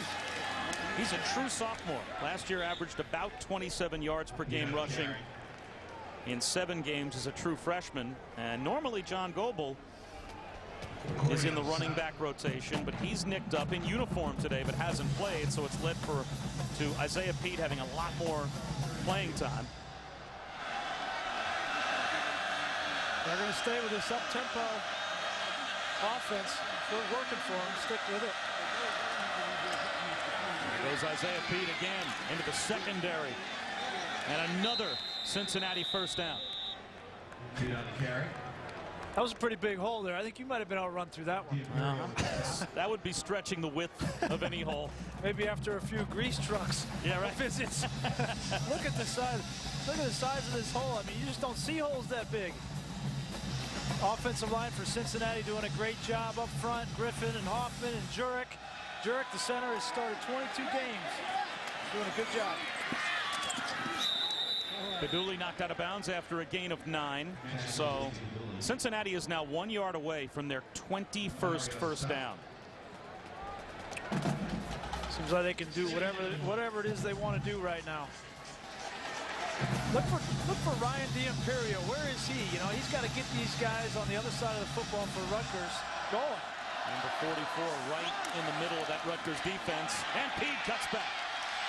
Inside the 5. It's 1st and goal for Cincinnati. He's got some shake. This kid looks good. I mean, that's vision right there. You press the hole. As a running back, sometimes you cut back too soon, but right there he presses the hole, makes D'Imperio come up, and then cuts it back. That's what opens up those holes. If you cut it back too soon, linebackers just flow right with you.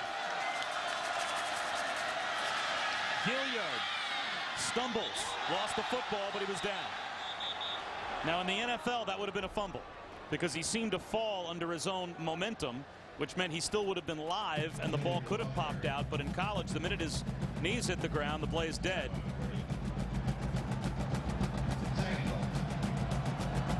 Kelsey's back in at quarterback. So it's Travis Kelce. And he's into the end zone easily for a Cincinnati touchdown.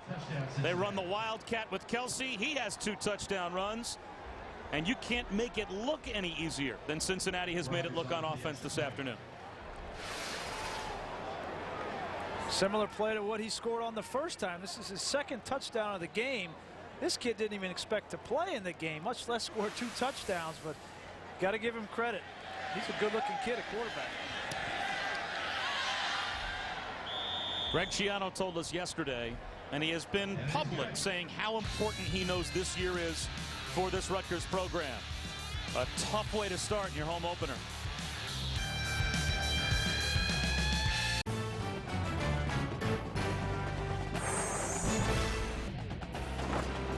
ESPN's College Football, brought to you by Dick's Sporting Goods. Every season starts at Dick's. And Ford Taurus. We speak car. We speak the all-new Ford Taurus. The facilities are second to none here at Rutgers, and this is all part of the improvement that's been made under Greg Schiano, including the construction project just recently finished on the new Rutgers Stadium.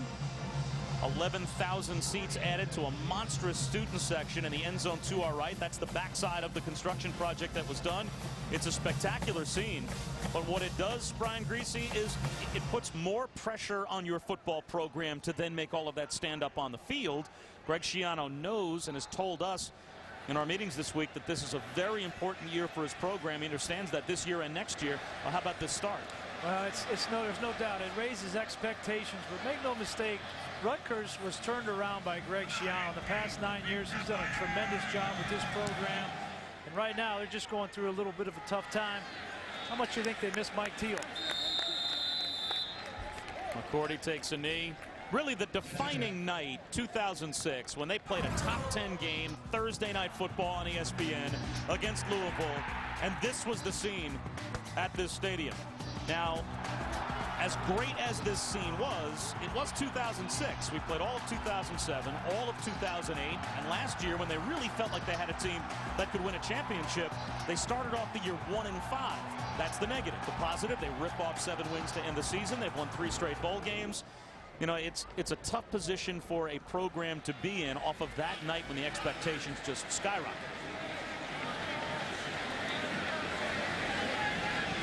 Certainly there are a lot of expectations around the quarterback, number 7 in red. Tom Savage, the true freshman, getting a chance to play here in the second half. The give is for Martinick. Now, 2006, well, it's 2009. It was 3 years ago. What is the record for Greg Schiano since 2006? It's been a roller coaster, 16-10, including a 1-5 start last year since the win against Louisville. 8-5 each of the last 2 years, and last year it started out 1-5, but righted the ship and got back to a BCS game. And this year, maybe it's going to be the same thing. They'll lose this game and get back on track. Who knows? Savage just did get that ball going forward before it was deflected by John Hughes, so it comes out end over end, and it's 3rd down and 5. And I think the sooner that Greg Schiano can find out about Tom Savage, the better. And at this point, they're not going to win this football game, so find out what this kid's made of.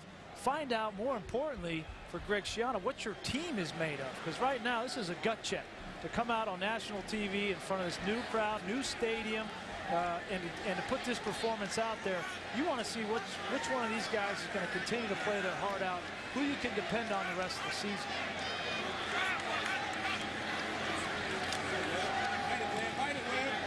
All the time in the world for Savage, and he's got a first down to Julian Hayes. Well, Greg Schiano told us that Tom Savage has everything that you would look for in a big-time quarterback. He's got size, mobility, a football mind, and he's a grinder. And I guess I'm interested from your perspective as a former quarterback, when you hear a coach describe a QB as a grinder. There's so much that goes into the position of playing quarterback. You have to have the physical tools, but most importantly, mentally, you have to be able to handle it. Not only the playbook, but you also have to be able to handle the highs and lows. People telling you how good you are, how bad you are. When you throw an interception, you got to have amnesia. You got to be able to forget about it. There's just so much that goes into that position mentally that Greg Schiano believes wholeheartedly that Tom Savage brings it to the table.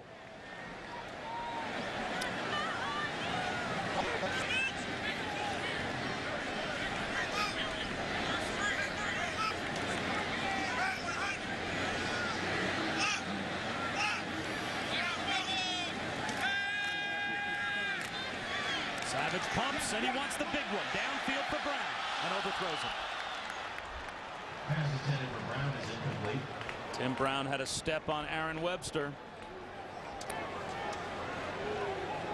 This is their best player on offense, Tim Brown.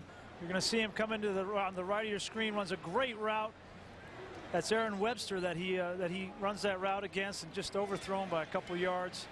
But That's a play, and that's a throw that Tom Savage will hit once he has an opportunity to work a little bit and get the feel for how fast his receivers, and specifically Tim Brown. 3rd down and 7. Again, only a 3-man rush, and Savage comes underneath. Exactly what the 3-man rush is designed to do. You drop 8 in coverage, and you bring down Sanu 4 yards shy of the 1st down, and here comes the punt unit. 4th down and 3. Kelly on the punt. Woods deep. You see Coach Schiano, every time that Tom Savage comes off the field, he's got a little nugget, a little something here or there. He believes in this kid. He wants him to succeed, and he's going to take baby steps. He's not going to put him in a position that is going to set him up for failure. DJ Woods back deep to receive the punt for Cincinnati. And he gets popped immediately at the 15-yard line. Devin McCourty makes the stop on special teams. 38-7 though. Cincinnati in control here late in the 3rd. When Brian was a young kid, I told him that I didn't want him to follow in my footsteps. I just thought that football was a little bit too physical a game. And he goes on to Michigan, wins a national championship, plays in the Rose Bowl, 11 years in the National Football League, 2 Super Bowls, and now a broadcasting career? Come on, Brian. And oh, by the way, break a leg. Kind of like it when fatherly advice works out. I just can't get away from doing what he does. You know, it's the football, it's the broadcasting, it's you know, he's been a great support to me.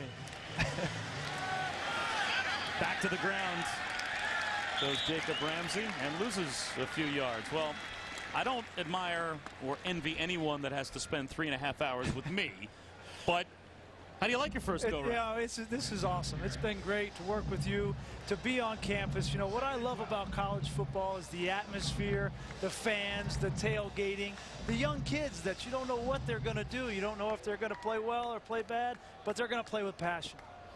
Well, it is a great scene here at Rutgers. Unfortunately for the fans, not much to cheer about as Gilliard has that one knocked away by Brandon Bing. You want to talk about someone who goes to Michigan really just to get an education, right? I mean, you were a walk-on, a 17-5 record as a starter. Oh, by the way, you win a Rose Bowl and a national championship, then you go on to play 11 years in the league. I'm still trying to fool them. You know, I'm still just a walk-on. And, you know, I've been very fortunate in my career. I played with a lot of great people and have a lot of great relationships. And I'm looking forward to the next 25 years in the booth, you know, where I feel a lot better and not getting hit all the time. Chance for maybe Rutgers to get a stop defensively. A draw on 3rd and 12, and it's a 1st down and then some for Ramsey. Jacob Ramsey all the way down inside the Rutgers 30-yard line before he's knocked out of bounds at the 25.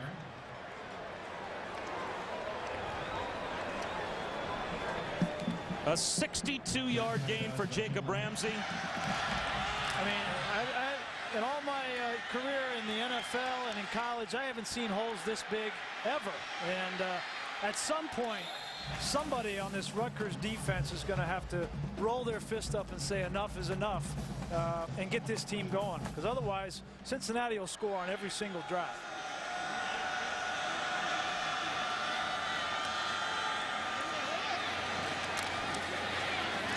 Aaron Williams picks up a couple of yards. You know, we've spent so much time talking about the great job that Pike has done, and Ramsey and Williams have combined, but this offensive line for Cincinnati has been spectacular today. Oh, they really have. They've got a lot of experience up front. I mean, Jurek, the centers, played 22 games. Kelsey, the left guard, 13-game starter. Lincoln Bach on the left side, 31 starts. These guys know how to play football. They know how to play in this offense, in this tempo. Sometimes it's not easy for a big offensive lineman to be up-tempo, and they've done a great job.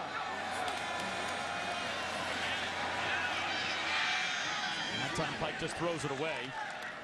He wanted a wide receiver hitch to Jamar Howard, and whether it was a miscommunication or it just wasn't there, but another veteran move. Play wasn't there. Why force it? Throw it away. Yeah, that play actually was set up for DJ Woods, number 3, and you see him come off the field. Brian Kelly gave him an earful and just said, hey, if you don't want to be a part of this fun, get out of here, you know. But plenty of guys that want to get in on this action today.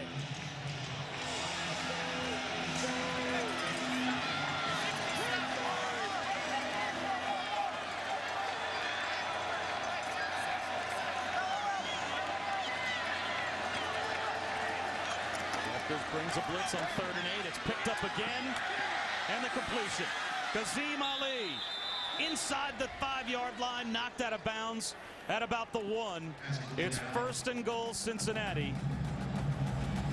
And they have all the answers. And Rutgers just looks confused right now. They tried to come with a weak side blitz, didn't get there in time, not even close. And if you're going to give Tony Pike that kind of time in the pocket, he's going to find somebody and they're going to make a play. But Ryan D'Imperio, he calls the defense. They look like they're out of sorts right now again.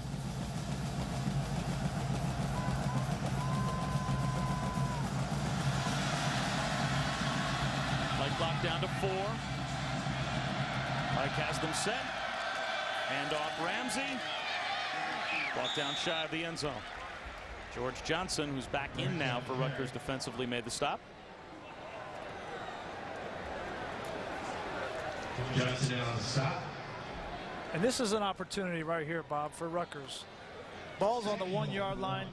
Great opportunity for them to say enough is enough. We're going to roll up our fists. We have a goal line stand here. At least take something positive from this drive. See if they step up.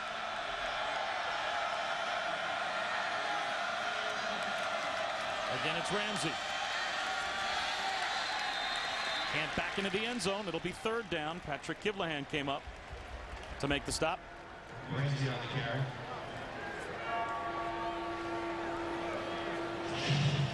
It is 3rd down. And 1. That's a confident man right there. He's pushing the buttons right now, and they all seem to be working. 3rd down and goal.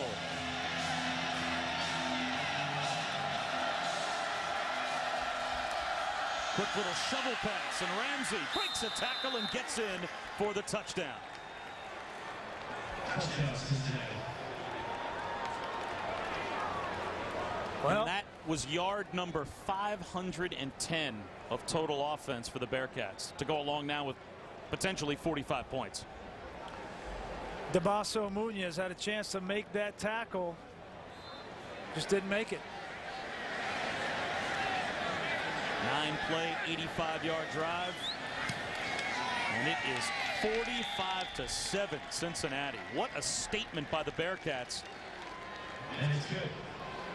Defense and Rutgers, the boost of confidence this gives Cincinnati, who went to their first ever BCS bowl game last season. They look like the team to beat now in the Big East.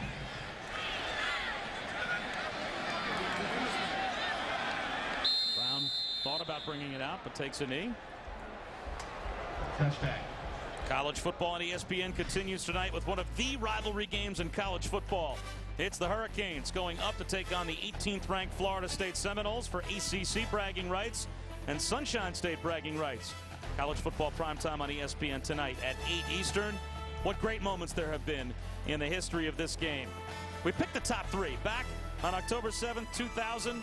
Miami wins 27-24 on wide right number 3. The 2-point conversion, of course, number 1 in 1987. Miami stopping the 2-point conversion in a 26-25 win. And who knows what might happen tonight. I was at that game in '87, the 2-point conversion. Bobby Bowden. What an unbelievable game that was. Savage to Sanu. I was a 12-year-old kid in Miami, Florida. Well, speaking of which, in 1987, one of the most memorable college games of all time, it eventually settled the '87 national championship. Miami won 26-25. The Canes rallied from a 19-3 deficit late in the 3rd quarter. The 2-point conversion, though, comes up short, knocked down by Bubba McDowell when Danny McManus's pass for Pat Carter was incomplete. The Seminoles' only loss that year. And it's just a great game. Again, those two teams might not even be near the national championship picture. It's just a great college football rivalry. Savage hits Sanu again.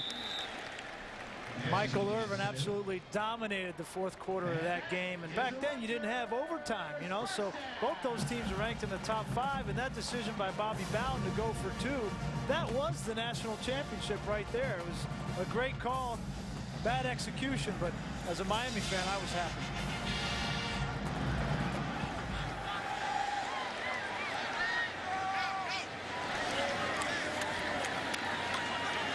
This time Sanu can't hold on.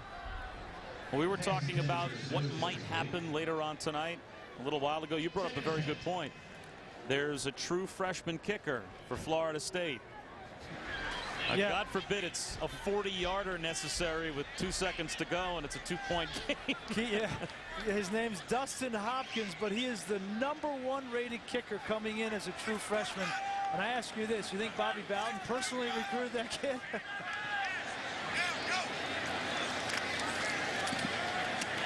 Up the seam, getting leveled was Tim Brown. Aaron Webster came up and popped Tim Brown, and Brown just hopped right back up. He is a tough kid. Aaron Webster is the leader on defense, and he is known throughout the Big East as one of the biggest hitters. And he says, hey, you guys are having so much fun on offense, I gotta have some fun on defense. What a great hit. And that takes us to the end of the third quarter. It's all Cincinnati. The defending Big East champions looking very much like it. 45-7. It's time to blow it up, time to lock and load, time to take the field, time to start the show. This is our moment, this is our time.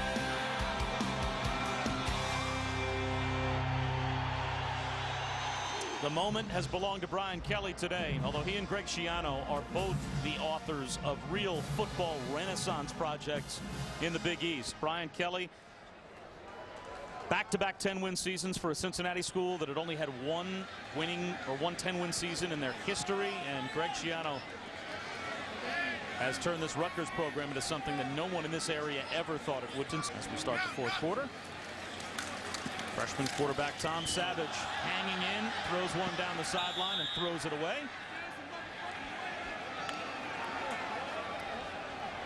Bob Wischusen and Brian Griese here at Rutgers. And I grew up about a half an hour away from this stadium. If you would have told me 10 years ago that Rutgers would be playing in front of 55,000 people sold out after playing in a top 10 game on Thursday night a couple of years ago against Louisville. Now, granted, those are some long faces, but there used to be no faces in those seats. Long faces are better than no faces, right? Tipped ball, incomplete, right through the hands of Julian Hayes. Now, Brian Griese, where does Rutgers go from here? Howard and FIU, Texas Southern next, but then it gets much more difficult. You know, I think they have an opportunity to get back on track a little bit with, you know, playing Howard and Florida International, Texas Southern, 3 games that I would expect to see a healthy dose of Tom Savage, get his feet wet, and then he gets into that Big East schedule. But this team needs to get used to this guy, used to his cadence, used to how he leads in the locker room, if that's the direction that Greg Schiano decides to go.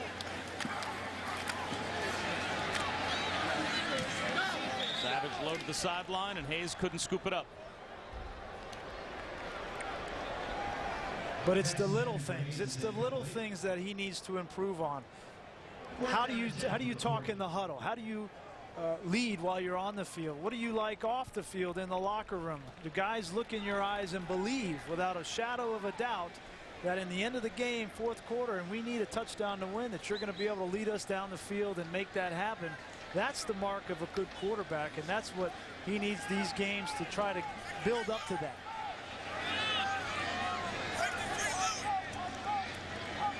Fourth and 10, and Rutgers down by a ton will go for it, and they've got it. Tim Brown finds a soft spot in the Cincinnati zone and picks up 15 yards and a first down. Rutgers is now 3 for 3 on fourth down. And whoever would have thought we'd be in this position after Rutgers answered that opening touchdown drive of Cincinnati with a 20-play, 10-minute and 44-second drive. But they have had no answers for Cincinnati offensively since. Well, Cincinnati took Rutgers completely out of their game plan. The thing they do best on offense with that offensive line was run the football. but they scored so many points on Cincinnati did that it put Rutgers in a situation they had to throw it every down, and that's not what they want to do.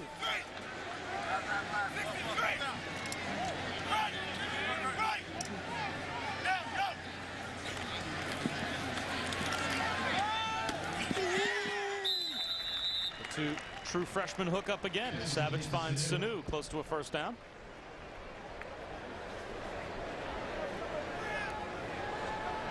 Third down and 2. Things have improved since Savage came in the game. Dominic Natale really struggled with 3 first-half interceptions.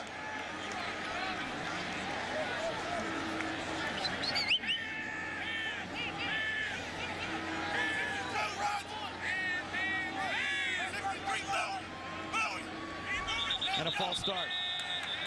Julian Hayes, the wide receiver at the bottom of the screen, started early. 18 offense, 5-yard penalty, third down.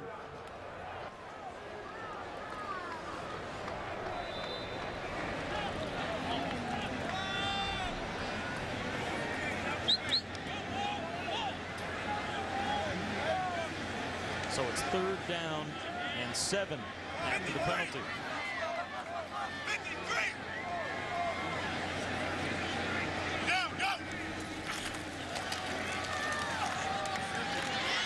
Very close to a first down. It all depends on how much forward progress they give to Shamar Graves, the tight end, and it is a Rutgers first down. Now, Tom Savage was ranked not just on the list of quarterbacks. On ESPN.com, we had him ranked as the 125th best prospect in the nation. And that includes all players. So most prognosticators thought that he was a top 10 to top 15 quarterback recruit. And he had his pick of places he could go. He came from Pennsylvania, Springfield, and he could have gone anywhere in the country, but he believed in Greg Schiano on this team. Wide receiver screen to Sanu. Coming up next, Rutgers has Howard, Florida International. Certainly games that are not quite on the caliber of Cincinnati. Do you think that Greg Schiano simply turns the offense of the season over now to Tom Savage? You know, I would. I just think that this kid has too much talent, and you have an opportunity now to get him some playing time. And if you really want him to be there at the end of the season and compete in the Big East, you got to be fair to him and give him that opportunity to play early. Right through the hands of Sanu. And that's intended for Sanu is incomplete. You wonder if he would have started right from the jump if today the opponent was Howard rather than the defending conference champions. Good question. Good question. We asked that of Greg Schiano yesterday, and he didn't know. He didn't know. You know, I don't know how much sleep Greg Schiano would have got last night if he knew coming in that Tom Savage was going to take snap number 1. And I don't know that that's fair to Tom Savage. You know, when the rookies come into the NFL, you don't want to just throw them out there right off the bat. It's tough. Draw to Martinet. And it'll be 4th down and 2. We're going to give a carry. JJ runs the stop.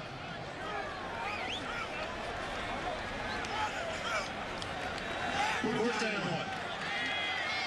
4th down and a long one, close to 2 for Rutgers.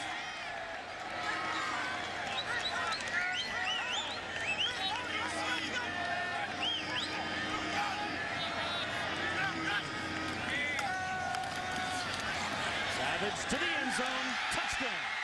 Shamar Graves catches the first ever touchdown pass from the true freshman, Tom Savage.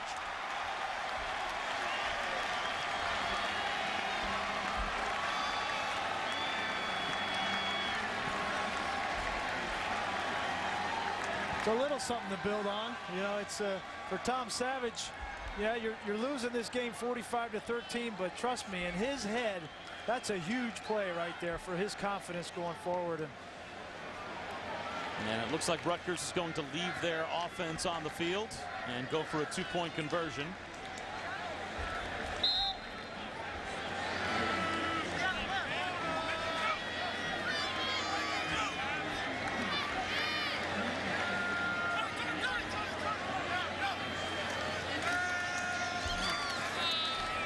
Savage right back where he threw it before.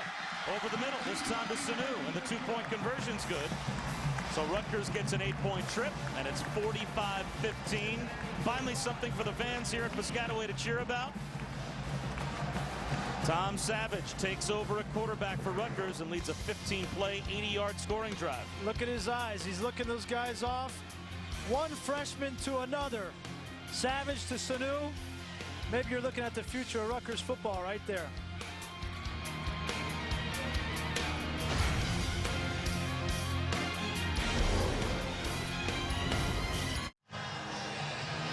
That's a successful scoring drive for Tom Savage. College football presented by Cars.com, all part of Dick's Sporting Goods kickoff week. 45-15, though. Plenty of breathing room for Cincinnati as Tom Savage, the true freshman, came on to start the second half, and those are his second half numbers. A 15-play, 80-yard touchdown drive the last March for the Scarlet Knights. Bob Wischusen and Brian Greasy here in Piscataway.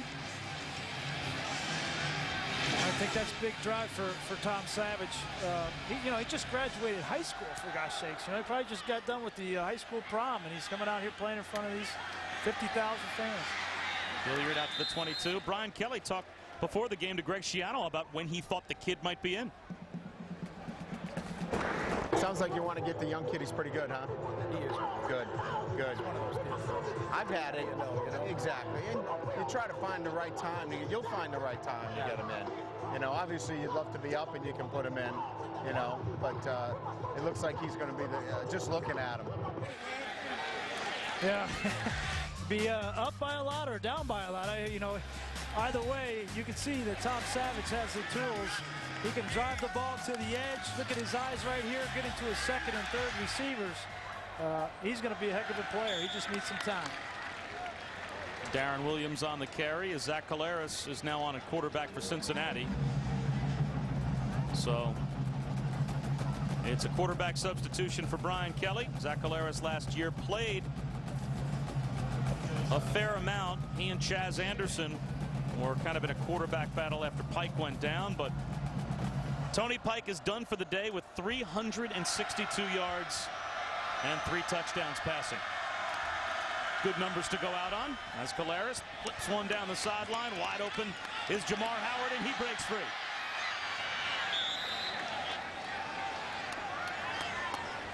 I tell you really got to be impressed and happy, frankly, for Tony Pike after everything that he's gone through in his career at Cincinnati. A year ago being 4th on the depth chart in the preseason, and honestly, admitting that he was thinking about giving up the game of football. Had that talk with Coach Kelly, who said, look, you need to step up or step out. And he made that dedication to his team and came back and dedicated himself. And now he's just continuing to grow as a player. And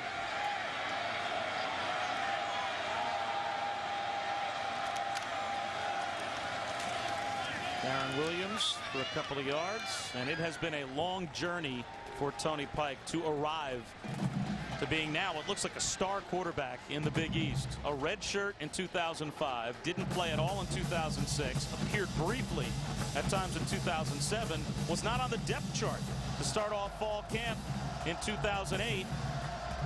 But he talked about the conversation that he had with Brian Kelly, where Brian Kelly said, look, we've got Chaz Anderson, we've got Zach Collaros, we've got 2 young quarterbacks. We may not need you.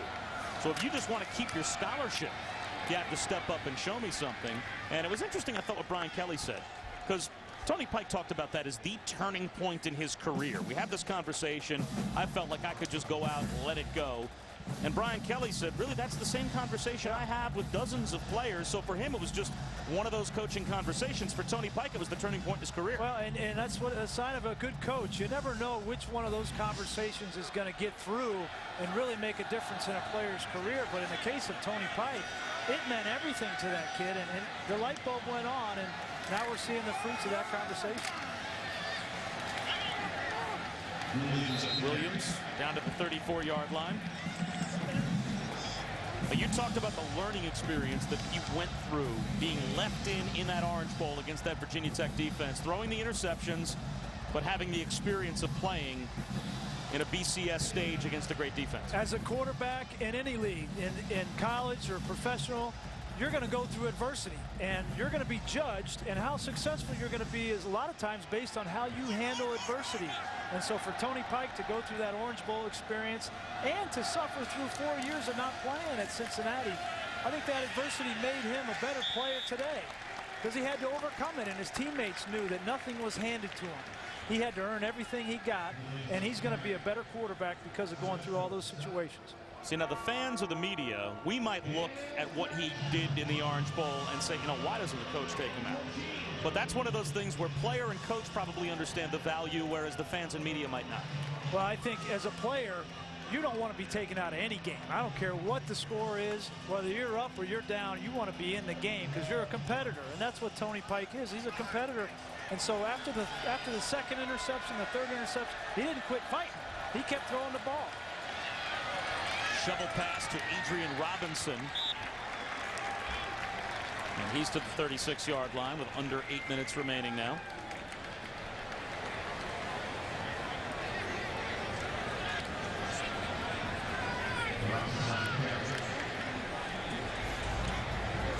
So Brian Kelly, with the play clock down to 22, sends his punting unit out for the first time this afternoon.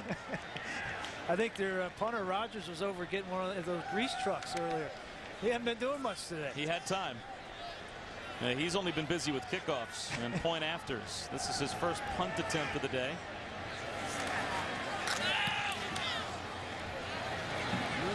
And Sanu calls for and makes a fair catch at the 10-yard line. So where was Jake Rogers? Well, maybe he was getting a snack. About a half hour from now, it'll be Brian Greasy and myself at that window getting the heart attack special. I'm excited.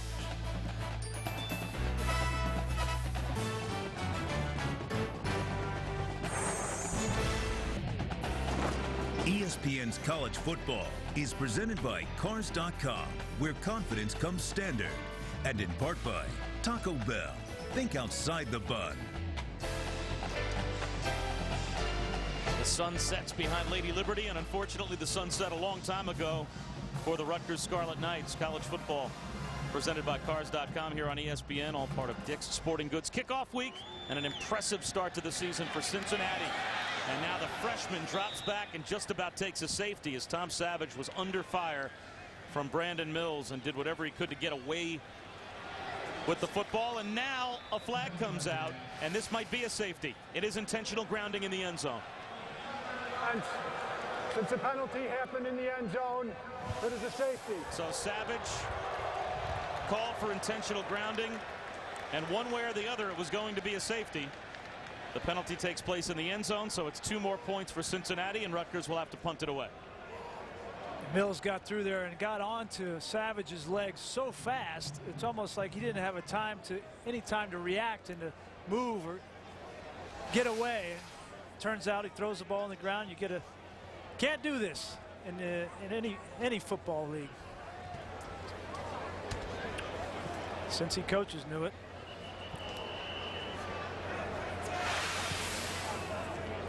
An impressive performance on both sides of the ball, and some unhappy nights. And this will be an unhappy night for the Rutgers coaching staff. Greg Schiano was not going to have an enjoyable Tuesday when he goes back to watch this film. They'll learn a lot from this game, though. They will learn a lot. Their first 3 games are at home.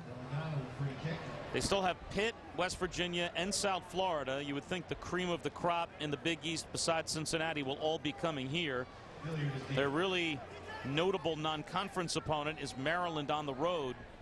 But October 16th, they will take on Pittsburgh on ESPN. So Rutgers is going to have to try and rebuild their season the same way they did last year. The only good thing about this loss for Rutgers is that it's the first game of the year, and they still have their destiny in their hands. They can win the Big East. We could be talking about Rutgers at the end of November about winning the Big East. Maybe Tom Savage flourishes in the next 3 weeks and they get their defense together. And who knows? You never know. But I know one thing: Greg Schiano will learn from this game, and this team will learn. And I think they'll be better as the year goes on. Now Cincinnati is now jump-starting their season to who knows what. Last year with Brian Kelly, they went to their first ever BCS bowl game. They've got non-conference opponents and some tough ones on the road at Oregon State. Fresno State's always dangerous. Illinois comes to Cincinnati.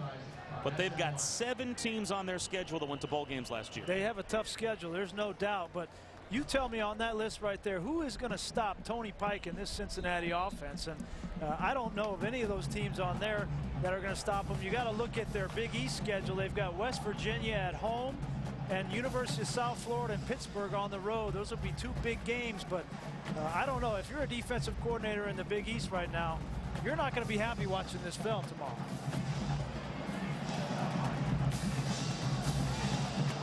So after the safety, Marty Gilliard drops back deep to receive the free kick from Delegana.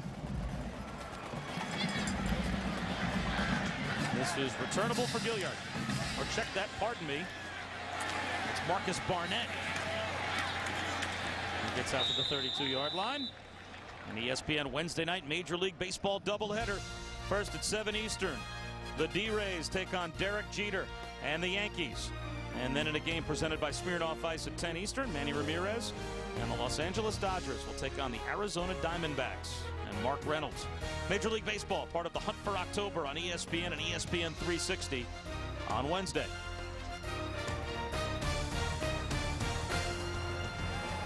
This was a sea of red at kickoff, but a lot of those bleachers are now visible as Cincinnati dominated the first half, took a 31-7 lead in at halftime, and now Chaz Anderson, the sophomore from Pickerington, Ohio, is going to get a chance to run the offense for the Bearcats with 6:51 to go.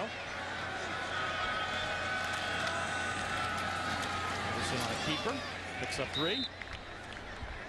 This was the scene when we kicked it off this afternoon at the brand new Rutgers Stadium. They were pouring in a brand new student section.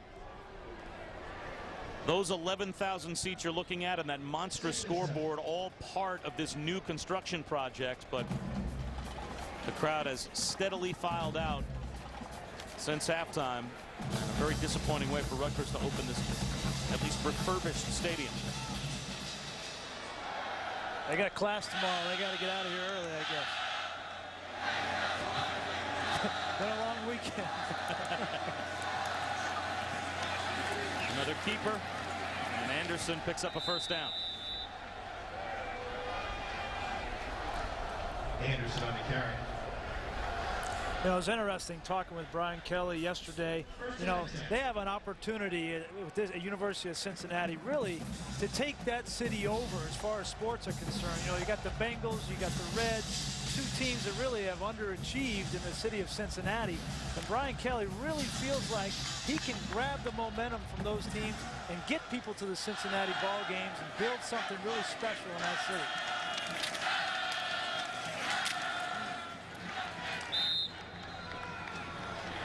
Darren Williams for a couple of yards. There have not been a lot of successful attempts to repeat as champions in the Big East. Here's the last 4, now Cincinnati this year, that have won this league and what they've followed it up with. Well, you look at this chart and you see parity in the Big East. Pittsburgh with Walt Harris, West Virginia with Rich Rodriguez, Bobby Petrino at Louisville. And then last year with Brian Kelly, nobody has been able to repeat as champions. And I think 2 reasons. Coaching has been really good in the Big East, and the talent level is spread pretty evenly across the league. And so it's going to be a tough road. By no means does Cincinnati have an easy road. Anderson gets popped by Eric LeGrand. Anderson on the carry. LeGrand with the stop. It is 3rd down. You know, coming into the game, we talked about the Big East being muddled and who's going to assert themselves and separate themselves from the rest of the pack. And, you know, we had a chance to see Cincinnati tonight. It'll be interesting to see how they go through their non-conference. But in a month from now, if they're able to get through their non-conference schedule undefeated, they could be ranked in the top 10 or 12 teams in the country heading into the Big East schedule. And most of the media picked Pittsburgh to win the league. So you circle that game on their calendar. What's going to happen when they play against Pittsburgh. Now here's the AP top 10. At some point this year, will one of the Big East teams be able to get up into that group? Well, you got to look at it and say it's a long way to go. Nobody's even in the top 25, and some of them are not in the top 30. But for them to be able to jump into this group of the elite, without a doubt, they're going to have to go through the season undefeated. But it might be a tough. But look at last year. The entire preseason AP poll was flip-flop by the end of the year. You never know what's going to happen in college football.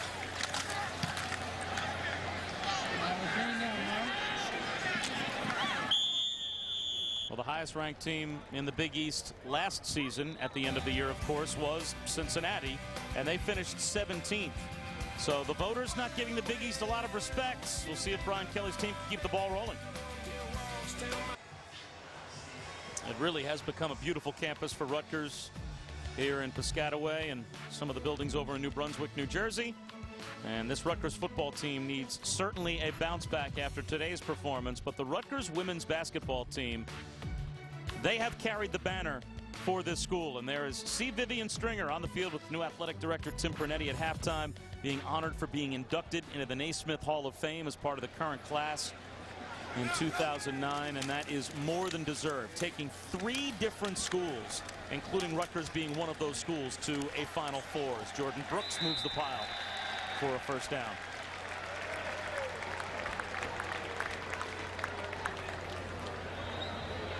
Bob Wischusen alongside the newest member of our ESPN college football family, Brian Greasy, his first game, and Greg Schiano hopes, at least for us as a broadcast pair, perhaps our last game. Never see me again, right?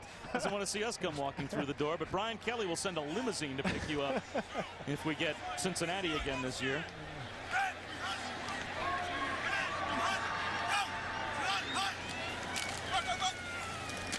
Savage gives for Brooks.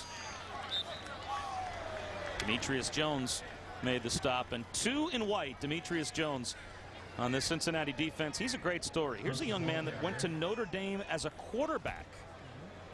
Now he's from Chicago, so obviously playing quarterback at Notre Dame, if you grew up in Chicago about an hour and a half down the road, who could ask for more? But wasn't going to win the job and decided to transfer, and now he ends up at Cincinnati as a linebacker. Well, he comes to Cincinnati thinking he can play quarterback at Cincinnati, and he has to say welcome to Mr. Pike. And so Brian Kelly moves him to the other side of the ball, play linebacker, and looks like he can really play. Tom Savage, welcome to the Big East in college football, as John Hughes brings him down. Well, this game obviously is lopsided, but it might not be lopsided tonight as we bring you what to watch for. Miami against number 18 Florida State. We'll have it for you tonight at 8 right here on ESPN. Miami with a very difficult start to their schedule. Florida State with a tough schedule all the way through. Yeah, I'm really interested in seeing this quarterback from Miami, Ja'Cory Harris. I mean, he's an electric player. I think he's got an opportunity to learn a little bit last year, and I know they're counting on big things from him. They've got a lot of skill positions back at Miami, so it should be a good game. Savage takes off on 3rd down and long and gets brought down. And I heard Mickey Andrews, the longtime defensive coordinator at Florida State for Bobby Bowden, say the other day that he thinks that this Florida State defense is the fastest that he's ever had. Now that's saying something. Scary, yeah. That's really scary. You know what? Let's see. Tonight you get a chance under the lights to see if he's telling us the truth, because if it's the fastest Florida State defense of all time, it's fast. I played with a guy who was pretty fast, and Derek Brooks in Tampa Bay, you know, and Deion Sanders. They've had some pretty fast guys on defense, so that's saying a lot coming from Mickey Andrews. DJ Woods to return this kick. DJ Woods just about broke it. But now all that remains is for the Bearcats to take a knee, and Brian Kelly's team will be off to a fantastic start.